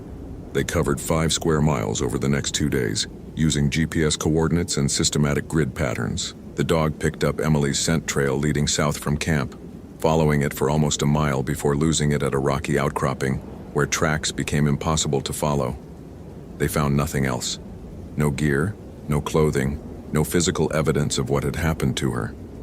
But they all heard things at night, voices calling in the darkness, footsteps that stopped when flashlights activated, And twice, rangers on opposite sides of the search grid reported seeing figures moving on the ridge lines, figures that disappeared when approached, figures that moved with a gait that registered as fundamentally wrong. On the third night, Dan was manning base camp alone while the others bivouacked at the far extent of the search grid. He sat in a folding chair under a battery-powered lamp, updating his incident report on his laptop, when he became aware of a presence at the edge of the light. An elderly man stood there, appearing so suddenly and silently that Dan's hand went instinctively to his holstered pistol. But the man made no threatening movement. He was Tohono O'Odham, Dan thought, or perhaps from one of the other tribes that had historical ties to this land. He wore jeans and a faded blue work shirt, his face creased with decades of desert sun. "You're searching for the girl," the man said. It wasn't a question. "Yes." "Did you see her? Do you have information about Emily Sanderson?" The man stepped closer into the circle of lamplight, and his eyes were dark and ancient and sad. "She walked into a cursed place. She didn't know. How could she? Your people don't believe in such things. You think the desert is empty, that it follows your rules. But there are beings here older than your government, older than your national monuments and boundary lines, things that were here before the Spanish came, before even my people came, things that learned to hunt when humans were still learning to make fire." Dan's rational mind wanted to reject this, but his rational mind had spent 3 nights hearing his own voice calling from the darkness, and something in him had broken open enough to listen. "What is it?" he asked. "What took her?" "Ye nald Lushi." You would call it a skinwalker, but that word doesn't carry the weight. It's not just a shapeshifter. It's a human who chose to become something worse than human, who killed family to gain dark power. The transformation corrupts everything: body, mind, spirit.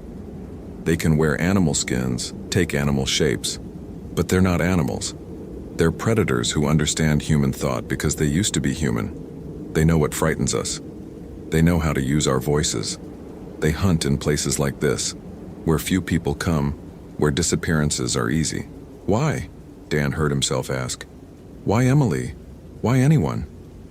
"Because they're hungry, not for meat. They've moved beyond physical hunger.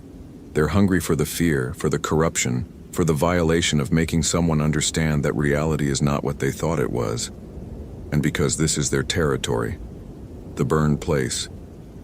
There was a man here once, many generations ago, who broke the worst taboos. The Odom tried to kill him, but he escaped into the desert and used forbidden knowledge to transform himself. He's been here ever since, wearing different shapes, claiming anyone foolish enough to camp alone in his hunting ground." Dan looked at his laptop screen, at his half-completed report with its careful language about possible coyote activity and unidentified tracks. "Can it be stopped? Can it be killed?"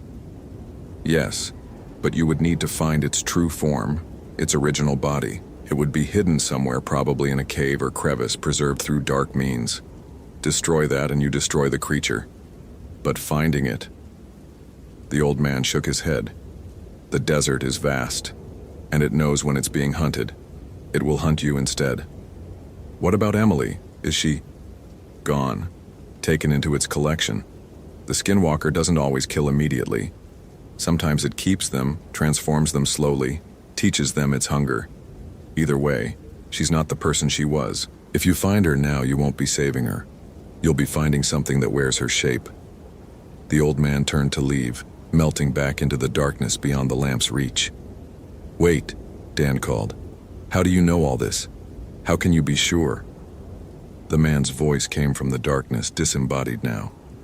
"Because I was there when we tried to kill him the first time. That was 63 years ago. I was 19. We thought we succeeded. We burned his Hogan, shot him, left him for dead in the desert. But 3 weeks later we heard him calling to us in our own voices. We learned to stay away from the burned place. We tried to warn others, but your people don't listen to old stories." Dan sat alone at his lamplit camp for a long time after the man disappeared, staring at his laptop screen, at the official language of his report, at the framework of rationality that had governed his entire adult life. He could write what was expected. Missing person, Unknown cause. Search continuing. He could use the proper codes and check the appropriate boxes and file a report that would make sense in the official record. Or he could write the truth. His fingers hovered over the keyboard. In the darkness surrounding his island of light, something moved. He heard the footsteps, heard the breathing, heard the slight shuffle of limbs adjusting position. Watching, always watching, waiting to see what he would do. How he would classify this experience, whether he would break like Emily had broken. Dan closed his laptop. He wouldn't finish the report tonight. Maybe he wouldn't finish it at all. The next morning, the search was officially suspended. 4 days, 5 square miles, no trace of Emily Sanderson beyond her abandoned camp, and her journal full of observations that Dan had carefully not included in any official documentation. The university would hire private search teams. The family would hold out hope. Eventually, she would join the statistics. Another person who walked into wilderness and didn't walk out. Another mystery in a desert full of mysteries. Dan returned to his regular duties, filing reports on saguaro health and trail maintenance and visitor safety protocols. But he stopped doing solo backcountry patrols. He started wearing a medicine bag that a Tohono O'odham woman sold him at a roadside stand, ignoring her knowing look when he asked what it protected against. He began keeping Emily's journal in his truck's glove compartment, taking it out occasionally to reread her observations, to study the progression from scientific confidence to dawning horror. And sometimes, on the clearest nights, he drove out to the Alamo Canyon trailhead and stood in the parking lot where Emily's Honda Civic had waited for its owner to return. He would look south into the darkness of the monument's backcountry, toward the burned place, and he would listen. Once, 3 months after Emily disappeared, he heard someone calling his name from deep in the canyon. The voice was hers. Perfect inflection, perfect tone. The slight hesitation before the hard consonant that had been captured in the recording of her advisor check-in call. Dan Carter. I found the way back. I found what you're looking for. Come help me. He stood at the trailhead with his flashlight off, his hand on his holstered weapon, and he didn't move. The voice called for 15 minutes, growing more insistent, more desperate, more perfectly Emily with each iteration. Then it stopped, and in the silence that followed, he heard something else. Laughter that wasn't human, that had never been human, that remembered being human, but had chosen to become something worse. Dan got back in his truck and drove away. He submitted his resignation to the National Park Service 2 weeks later. The official reason was personal matters. The real reason was that he couldn't patrol a wilderness where reality bent in ways his training hadn't prepared him for, where the scientific method failed to explain phenomena that broke every rule of natural law, where every rustle in the brush might be something wearing the wrong skin. His replacement was a bright, enthusiastic recent graduate from Colorado State University with a degree in ecology and a passion for desert conservation. Dan met her briefly during the transition, taught her the radio codes and the GPS waypoints and the location of reliable water sources. He thought about warning her. He thought about showing her Emily's journal, about explaining what walked in the burned place. But he didn't. How could he? He'd sound insane. And maybe, it was a singular encounter. Maybe the skinwalker had fed and would sleep for years. Maybe the odds of another person camping solo in that specific area were low enough that it didn't matter. Or maybe he was just a coward who couldn't bear to see someone else's face when they realized that the world contained things that shouldn't exist. Dan moved to Tucson, took a job with the city parks department maintaining urban trails where the worst threats were mountain bikes going too fast and the occasional rattlesnake. He dated a teacher, broke up with her when she suggested a camping trip to Organ Pipe. He started seeing a therapist but never told her the real reason for his anxiety dreams. He functioned, he adapted, he survived. But on nights when the wind blew from the south, carrying the smell of creosote and heated stone, he would stand on his apartment balcony and think about Emily Sanderson, 26 years old, bright and capable, who had walked into the desert with scientific instruments and rigorous methodology, and had discovered that empiricism has limits, that there are questions the scientific method can't answer, that some phenomena don't care about your epistemology. He thought about her journal, still in his glove compartment, pages documenting the transition from confidence to doubt to terror. He thought about her voice calling from the darkness. He thought about tracks that changed shape mid-stride. He thought about an old man who claimed to be 90 years old but looked 60, who had tried to kill a monster when he was 19 and failed, who had spent the rest of his life watching it hunt. And sometimes, not often, but sometimes, Dan would hear footsteps outside his apartment. He would hear his own voice calling from the parking lot. He would see shadows move wrong in his peripheral vision. And he would sit very still, with all his lights on, because he understood now that the desert was patient, that some hunters tracked their prey across vast distances, that some things didn't forget the ones who got away. Emily Sanderson was never found. Her case remains open with the National Park Service, coded as a probable heat-related death with remains yet to be recovered. The official record is neat, explainable, rational. Dan Carter knows better. He knows the official record is a comfortable fiction. He knows Emily found something in the burned place that exists outside the framework of what his government acknowledges. He knows she either died screaming or became something worse than dead, and he knows that someday when he's old and thinks he's safe, something will call to him in her voice and he'll have to decide whether to answer or spend the rest of his life wondering if this time it was really her. The desert keeps its secrets, and sometimes the secrets hunt. Hope you felt genuine terror. If you appreciate authentic horror rooted in real folklore, consider following for more stories. Which moment scared you most? Share your theory about what happened to Emily. Derek Holloway had learned to ignore the feeling years ago, that electric wrongness that crawled up his spine when something unseen watched from the tree line. As a child, his grandmother had called it the gift, but Derek called it a liability.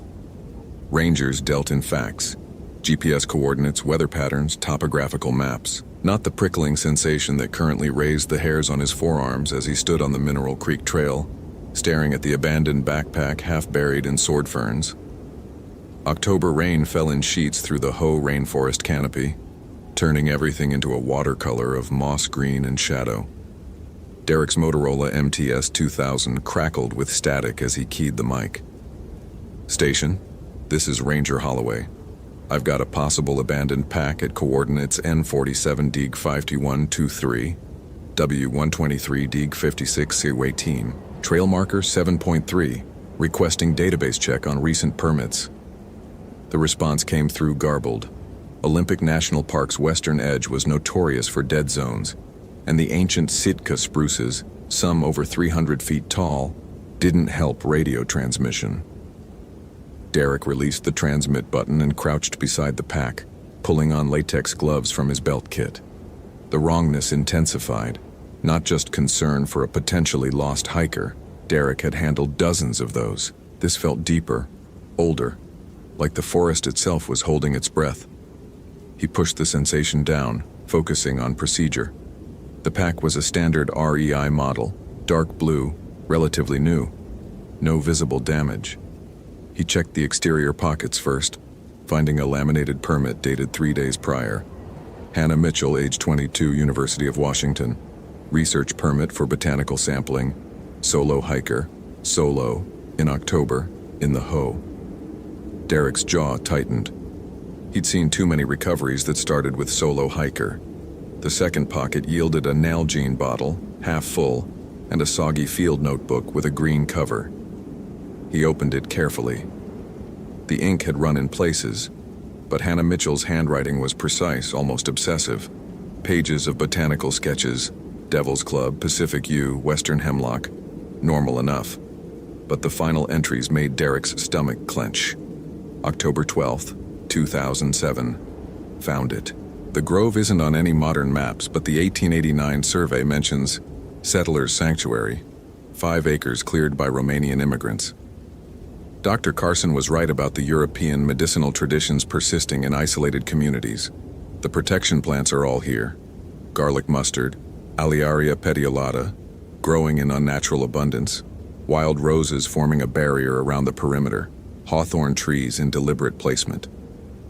This isn't random distribution. This is intentional. October 13th. Local ranger, older guy, station chief, tried to turn me away from this area, said it's bad luck ground. When I pressed him, he got uncomfortable and mentioned old superstitions from the homesteaders, asked if I was alone, the way he looked at me. October 14th. The soil samples are wrong. pH should be 5.56.00 in this area, testing at 8.2 near the center of the grove. That's not natural, and the protection ring is breaking down. The hawthorn is diseased, roses are dying back, whatever they were protecting against. The entry ended mid-sentence. Derek's radio crackled. Allaway, database shows, Mitchell, checked in October 11th, overdue, SAR protocol. Station, you're breaking up. Confirm SAR activation? More static than a fragment. Team assembles 0600, continue. Derek stood, the notebook in his hands feeling heavier than it should. Hannah Mitchell had been missing for 6 days. In this weather, with overnight temperatures dropping to 40 degrees, hypothermia was almost certain. But the wrongness Derek felt wasn't about hypothermia. It was about what she'd been looking for, and what she might have found. He pulled out his Garmin eTrex GPS unit, marking the location of the backpack. The device flickered, losing satellite lock for a moment before reconnecting. Derek frowned. The canopy was thick, but he'd never had this much trouble with signal in this area. He started a spiral search pattern, moving outward from the pack in widening circles, scanning for footprints, broken vegetation, anything. 50 yards northeast, he found the first marker, a small cairn of stones, deliberately stacked, with a sprig of dried flowers wedged between the rocks. The flowers were brittle with age, but Derek recognized the species, wild rose, browning but intact. He marked it on his GPS and continued. 3 more cairns forming a rough square around what must have been Hannah's settler's sanctuary. And in the center, partially hidden by a fallen cedar, Derek saw the grove. The wrongness became a scream in his mind. The space was roughly circular, maybe 60 feet across.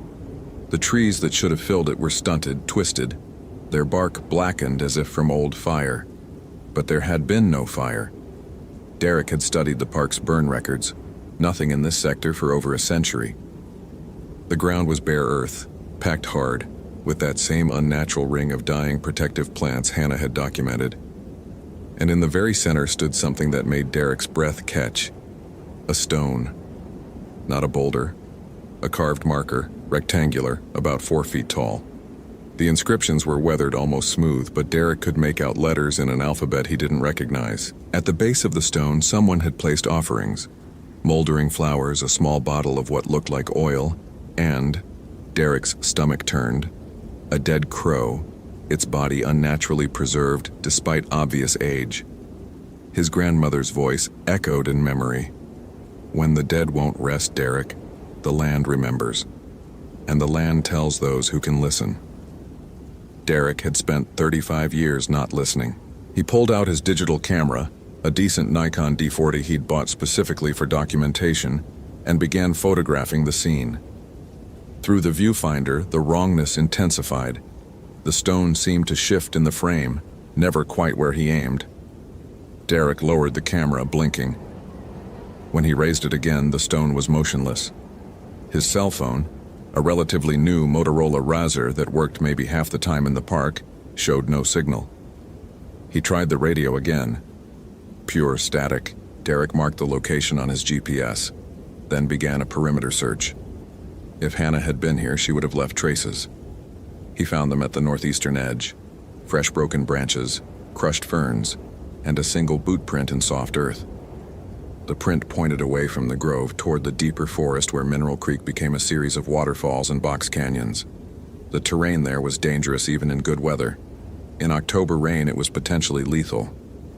Derek should have called it in, waited for the SAR team. Protocol demanded it. But the light was failing, and something in his gut, that damned gift he'd tried to bury, was screaming that time mattered. Not search and rescue time. Something else. He followed the trail. The prints became harder to track as the undergrowth thickened. Derek moved carefully, his maglite cutting through the premature dusk created by the canopy. The sound of rushing water grew louder. Mineral Creek, swollen with rain, and beneath that sound, something else. A voice? No. Voices. Multiple. Speaking in a rhythm that sounded almost like chanting. Derek froze. His radio crackled spontaneously, a burst of interference that resolved into something that might have been words in a language he didn't know.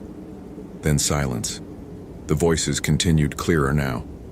They were coming from ahead near the creek. Derek moved toward them, each step careful, his mind cataloging details the way he'd been trained. Time, 1734. Location, approximately 400 yards northeast of Stone Marker. Weather, heavy rain, visibility less than 50 feet. His condition, elevated heart rate, that wrongness now a physical pressure in his chest. Through the ferns, he saw light, not flashlight, candlelight, maybe a dozen sources, flickering in the rain. Impossible rain or not, the flames burned. Derek dropped to a crouch, moving closer. The voices resolved into words, not English, not Spanish, something Eastern European, the syllables harsh and rolling. Derek's limited linguistic knowledge, picked up from decades of international park visitors, suggested Romanian, maybe Bulgarian. And the tone was wrong, not hikers singing around a campfire. This was ritual. He reached the edge of a small clearing beside the creek. What he saw made every rational thought freeze. 7 figures in dark clothing stood in a circle around a prone form. The form was too still, too small. Deer, Derek's mind supplied. They killed a deer. But as his eyes adjusted, he saw pale skin, blonde hair matted with mud and blood. Human. Not Hannah. This body was older, the flesh partially decomposed despite the cold that should have preserved it. One of the standing figures raised something, a hammer and a wooden stake, and brought it down with a wet, meaty sound that made Derek's gorge rise. The body twitched, not post-mortem muscle spasm. The thing on the ground moved deliberately, trying to rise despite the stake now pinning it through the chest. Its head turned toward Derek, and he saw its face in the candlelight. A man, maybe 70, with eyes that reflected the flames like an animal's. The mouth opened, revealing teeth filed to points, and it made a sound between a hiss and a scream. The 7 figures reacted instantly. 3 of them turned toward Derek's position, and he saw their faces. Older people, 60s and 70s, weathered by outdoor life. One woman held a string of garlic bulbs. Another man gripped a knife with symbols carved into the handle. They didn't look afraid. They looked determined. "Who watches?" The woman with the garlic called out in heavily accented English. "Show yourself or share his fate." Derek's training screamed at him to identify himself, to take control of the situation. But his gift, that cursed sensitivity he'd tried to ignore, told him that any movement would be fatal. These people believed they were fighting something, and they would kill anyone they perceived as a threat. The thing pinned to the ground screamed again, and the sound triggered something primal in Derek's hindbrain. He turned and ran. Behind him, the chanting resumed, louder, more frantic. Derek crashed through the undergrowth, his mind refusing to process what he'd seen. A stake through the chest, movement after death, teeth filed to points. This was madness, except Hannah's notebook had mentioned protection rituals, European traditions brought by Romanian settlers. And Strigoi, Derek's grandmother, had told him stories, the ones her own grandmother had brought from the old country. Vampiric revenants, intelligent and malevolent, rising from improper burials to torment the living. Folk tales, superstition, not real, not possible. But Derek had seen it move. He ran until his lungs burned, until the sounds behind him faded into the rush of water and wind. When he finally stopped, gasping, he checked his GPS. The device showed his position, but the track log was corrupted, showing impossible loops and backtracking he hadn't made. He was 2 miles from the Stone Marker. It had felt like 100 yards. His radio hissed to life. "Ranger Holloway, status, SAR team, station." Derek keyed the mic, fighting to control his breathing. Station, I've got a situation. Multiple individuals engaged in... I need backup at... He read off his coordinates. Repeat. Coordinates invalid. That sector. Prohibited. Dangerous terrain. Station, listen to me. There's a body. There are people performing some kind of ritual. I need... The radio squealed, a sound like metal tearing, and went dead. Derek stared at the device. The display was dark. He pressed the power button. Nothing. The battery had been fully charged 2 hours ago. His GPS flickered and died. Then his maglite. Derek stood in the gathering darkness, rain hammering down, and felt that wrongness expand into something that had a name. Terror. Not the adrenaline of a dangerous rescue. Not the concern of finding a body. This was the pure animal fear of being hunted. Something moved in the trees to his left. Derek's eyes strained against the darkness. The movement came again. Too fluid to be human. Too deliberate to be animal. A shape detached from the shadows, no, two shapes, moving parallel to him about 30 yards out, flanking him. He walked faster, not quite running, his hand moving to the canister of bear spray on his belt. Against a black bear or cougar, the spray was his best defense. Against whatever those things were, don't think it. Don't give it power. But his grandmother's voice was there in his mind. The Strigoi hunt in groups, Derek. They're clever. They'll separate you from help, from light, from hope. And then they'll feed. Fuck that, Derek muttered aloud, and the sound of his own voice was absurdly comforting. He was a National Park Service ranger with 15 years' experience. He'd dealt with everything from aggressive wildlife to armed poachers. He was not going to be terrorized by... The scream cut through the forest, high and agonized and unmistakably human. Female. Hannah. Derek ran toward the sound without thinking. Every piece of training said it was a trap, but if there was any chance she was alive... The scream came again, ahead and to the right. Derek crashed through undergrowth, his night-adjusted eyes barely managing to avoid the larger trees. A break in the canopy showed roiling clouds and the last bloody light of sunset. The scream became words. Help me. Oh God, please, someone help me. Derek burst into a small clearing and saw her. A young woman in muddy jeans and a torn University of Washington sweatshirt. Blonde hair wild around her face, backing away from something at the clearing's edge. She turned toward him and her face was Hannah's from the permit photo. 22, terrified, alive. Please. She reached toward him. It's been chasing me for days, I can't... Derek saw it then. The thing emerging from the trees behind her. Man-shaped but wrong. The proportions subtly off. Too tall. Arms too long. It wore the remnants of clothing from another era. Homespun wool. Rotted leather. Its face was gray, skin pulled tight over the skull, and its eyes caught what little light remained with that same animal shine. The Strigoi opened its mouth and Derek saw the teeth. Run! Derek yanked Hannah toward him, already turning, his hand closing on the bear spray. The canister came up and he depressed the trigger, spraying behind them as they ran. The Strigoi shrieked, actually shrieked, a sound like metal scraping bone, but kept coming. They ran through the forest, Hannah sobbing beside him. Derek's mind was white noise and survival instinct. Find shelter, find light, find... Hannah stumbled and Derek caught her arm, pulling her upright.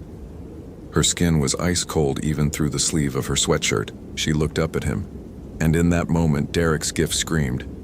Her eyes were wrong, the pupils too large, the whites too white. Thank you, Hannah whispered, and smiled. Her teeth had been filed to points. Derek threw himself backward as she lunged, her fingers, no claws, raking across his chest. The ranger uniform shirt tore but held. Derek hit the ground hard, rolled, came up with his radio in his hand, swinging it like a club. It connected with Hannah's temple and she staggered back, hissing. No, no, no, no. Derek scrambled backward. You're dead. She's dead. This isn't... She is alive, Hannah said, but her voice was wrong now, layered with something older and colder. As you will be. The master woke hungry, Ranger. The old protections failed. and now we grow. 3 more shapes emerged from the trees. The thing Derek had seen before, and 2 others, decomposing bodies in newer clothing, one still wearing a backpack, 4 victims. Hannah had written about 4 disappearances over 80 years. "Join us," one of the older Strigoi said. Its voice was a dry rasp. "Or feed us. Either way, you don't leave this forest."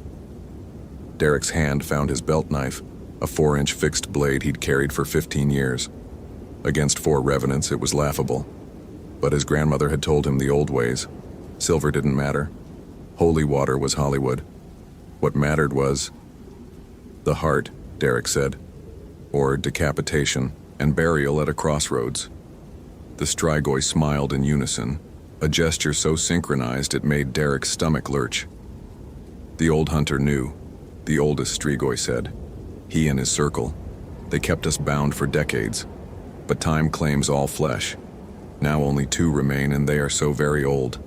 It took a step closer. We took them tonight, fed as they tried their rituals. Soon we will take the whole park ranger. So many hikers, so many meals, so much time to grow our family. Hannah, the thing wearing Hannah's face, tilted her head. "You feel the darkness, don't you? I can sense it in you. The gift of sight. Join us willingly, and you'll keep that gift. We could use a sensitive. The Master especially values those who see." "The Master?" Derek's voice came out steadier than he felt. "Under the stone," Hannah whispered. "Buried there in 1889 by the settlers who knew what he was. But he never truly died, and now his protections crumble, and he wakes, and we rise with him." The pieces clicked together in Derek's mind with horrifying clarity. The Romanian settlers, the protection grove, the carved stone, not a memorial, but a grave marker, a seal, and something beneath it, old and patient and finally free after more than a century of imprisonment. "How many?" Derek asked, buying time, his mind racing through impossible calculations. "How many of you are there?" "Tonight? 5 of us, the forfeit and the Master." The oldest Strigoi's smile widened. "Tomorrow? Perhaps 6 after you." They circled him, and Derek knew he had seconds. His knife was useless. His spray was empty. His radio and GPS were dead. But there was one thing. He still had his lighter.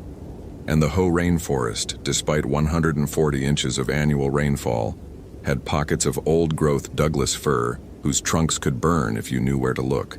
The dead-standing timber, the nurse logs so dry inside they crumbled to dust. Derek ran, not toward the trail, toward civilization, toward the stone, toward the grove.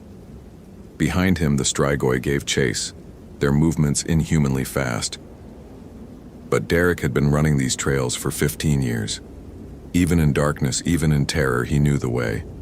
He burst into the clearing with its ring of dying protective plants and ran straight to the stone. Up close, he could see the inscriptions more clearly, protection wards in Romanian, symbols that matched the ones in Hannah's notebook. And at the base, recently disturbed soil where something had clawed its way out from beneath. Derek dropped to his knees and began digging with his hands, tearing at the earth. 2 feet down, his fingers hit wood, a coffin lid, rotted but intact. He pulled his knife and jammed it into the gap, prying upward. The wood splintered. The Strigoi reached the clearing's edge and stopped, hissing. They wouldn't enter. The protections, weakened as they were, still held some power. "Foolish," the oldest one said. "You only trap yourself." Derek ignored it, tearing away chunks of rotted wood. The coffin interior was empty. The Master had already risen. But Derek wasn't looking for a body. He was looking for, there, tucked into the coffin's lining, a leather bag. Derek grabbed it, dumping the contents onto the ground. Dried herbs, a small bottle of oil, a wooden stake, hand-carved, symbols burned into its length, and a journal, its pages yellowed and brittle. Derek opened the journal to the last entry. The handwriting was shaky, ancient. August 13th, 1889. "We have bound the creature. Stefan Vasile, the one who brought the curse from the old country, lies in this grave with stakes of hawthorn through his heart and ash in his mouth. The protection circle will hold so long as the plants remain. My sons know the rituals. They will teach their sons. This evil must never wake. But I fear. Stefan spoke as we laid him down. He said eternity is patient. He said the blood calls to blood, and one day the protections will fail. He laughed as we sealed him. God forgive us if he was right. Derek looked up. Hannah's face peered at him from beyond the protective circle, her expression hungry. You can't stop us, she said. The master feeds. We grow strong. Your walls of garlic and prayers mean nothing now. Maybe not, Derek said, pulling out his lighter. But I can send him back. He flicked the lighter, touching the flame to the journal's pages. They caught immediately, old paper flaring bright. Derek dropped the burning book into the coffin, adding the dried herbs. The oil bottle he smashed against the wood, the contents spreading. Fire bloomed, yellow and hungry. The Strigoi shrieked in unison, their voices blending into a sound that made Derek's ears ring. Hannah's face contorted, the beauty sliding away to reveal something skull-like beneath. No, the master, he will know, he will punish. The fire spread down into the grave, into the earth itself. And from below, a scream that wasn't quite sound, more like pressure in Derek's skull. The master, trapped between death and unlife, feeling the flame consume whatever remained of his physical anchor. The Strigoi collapsed, all four of them hitting the ground simultaneously, their bodies convulsed, flesh rippling as if something beneath the skin was trying to escape. Hannah looked up at Derek one last time, and for a moment, he saw the real her, the 22-year-old botany student, terrified and trapped inside this thing she'd become. I'm sorry, Derek whispered. Then Hannah's body stilled, and the light went out of her eyes. The fire burned through the night. Derek sat beside it, feeding the flames with broken branches from the protective ring, watching the four bodies slowly decompose at an accelerated rate. By dawn, they were little more than bones and scraps of clothing. His radio crackled to life at 6:15 a.m. Ranger Holloway, this is Station. Say our team is mobilizing. What's your status? Derek stared at the radio for a long moment. Then he keyed the mic. Station, I've located Hannah Mitchell. She's deceased. I'm at coordinates. He read off the location. I'll need a recovery team and investigation support. Copy that. Cause of death? Derek looked at Hannah's skull, the filed teeth still visible. Unknown. Possibly animal attack. It's complicated. The SAR team arrived 2 hours later. Derek met them at the trail marker, his face gray with exhaustion. He gave a statement that was technically true. Found the missing hiker, found evidence of additional deceased individuals. Fire was used to signal for help, and got out of control. The bodies were badly decomposed, likely from exposure and scavengers. He didn't mention the teeth, or the way they'd moved after death, or the fire that burned down into a grave that official records said didn't exist.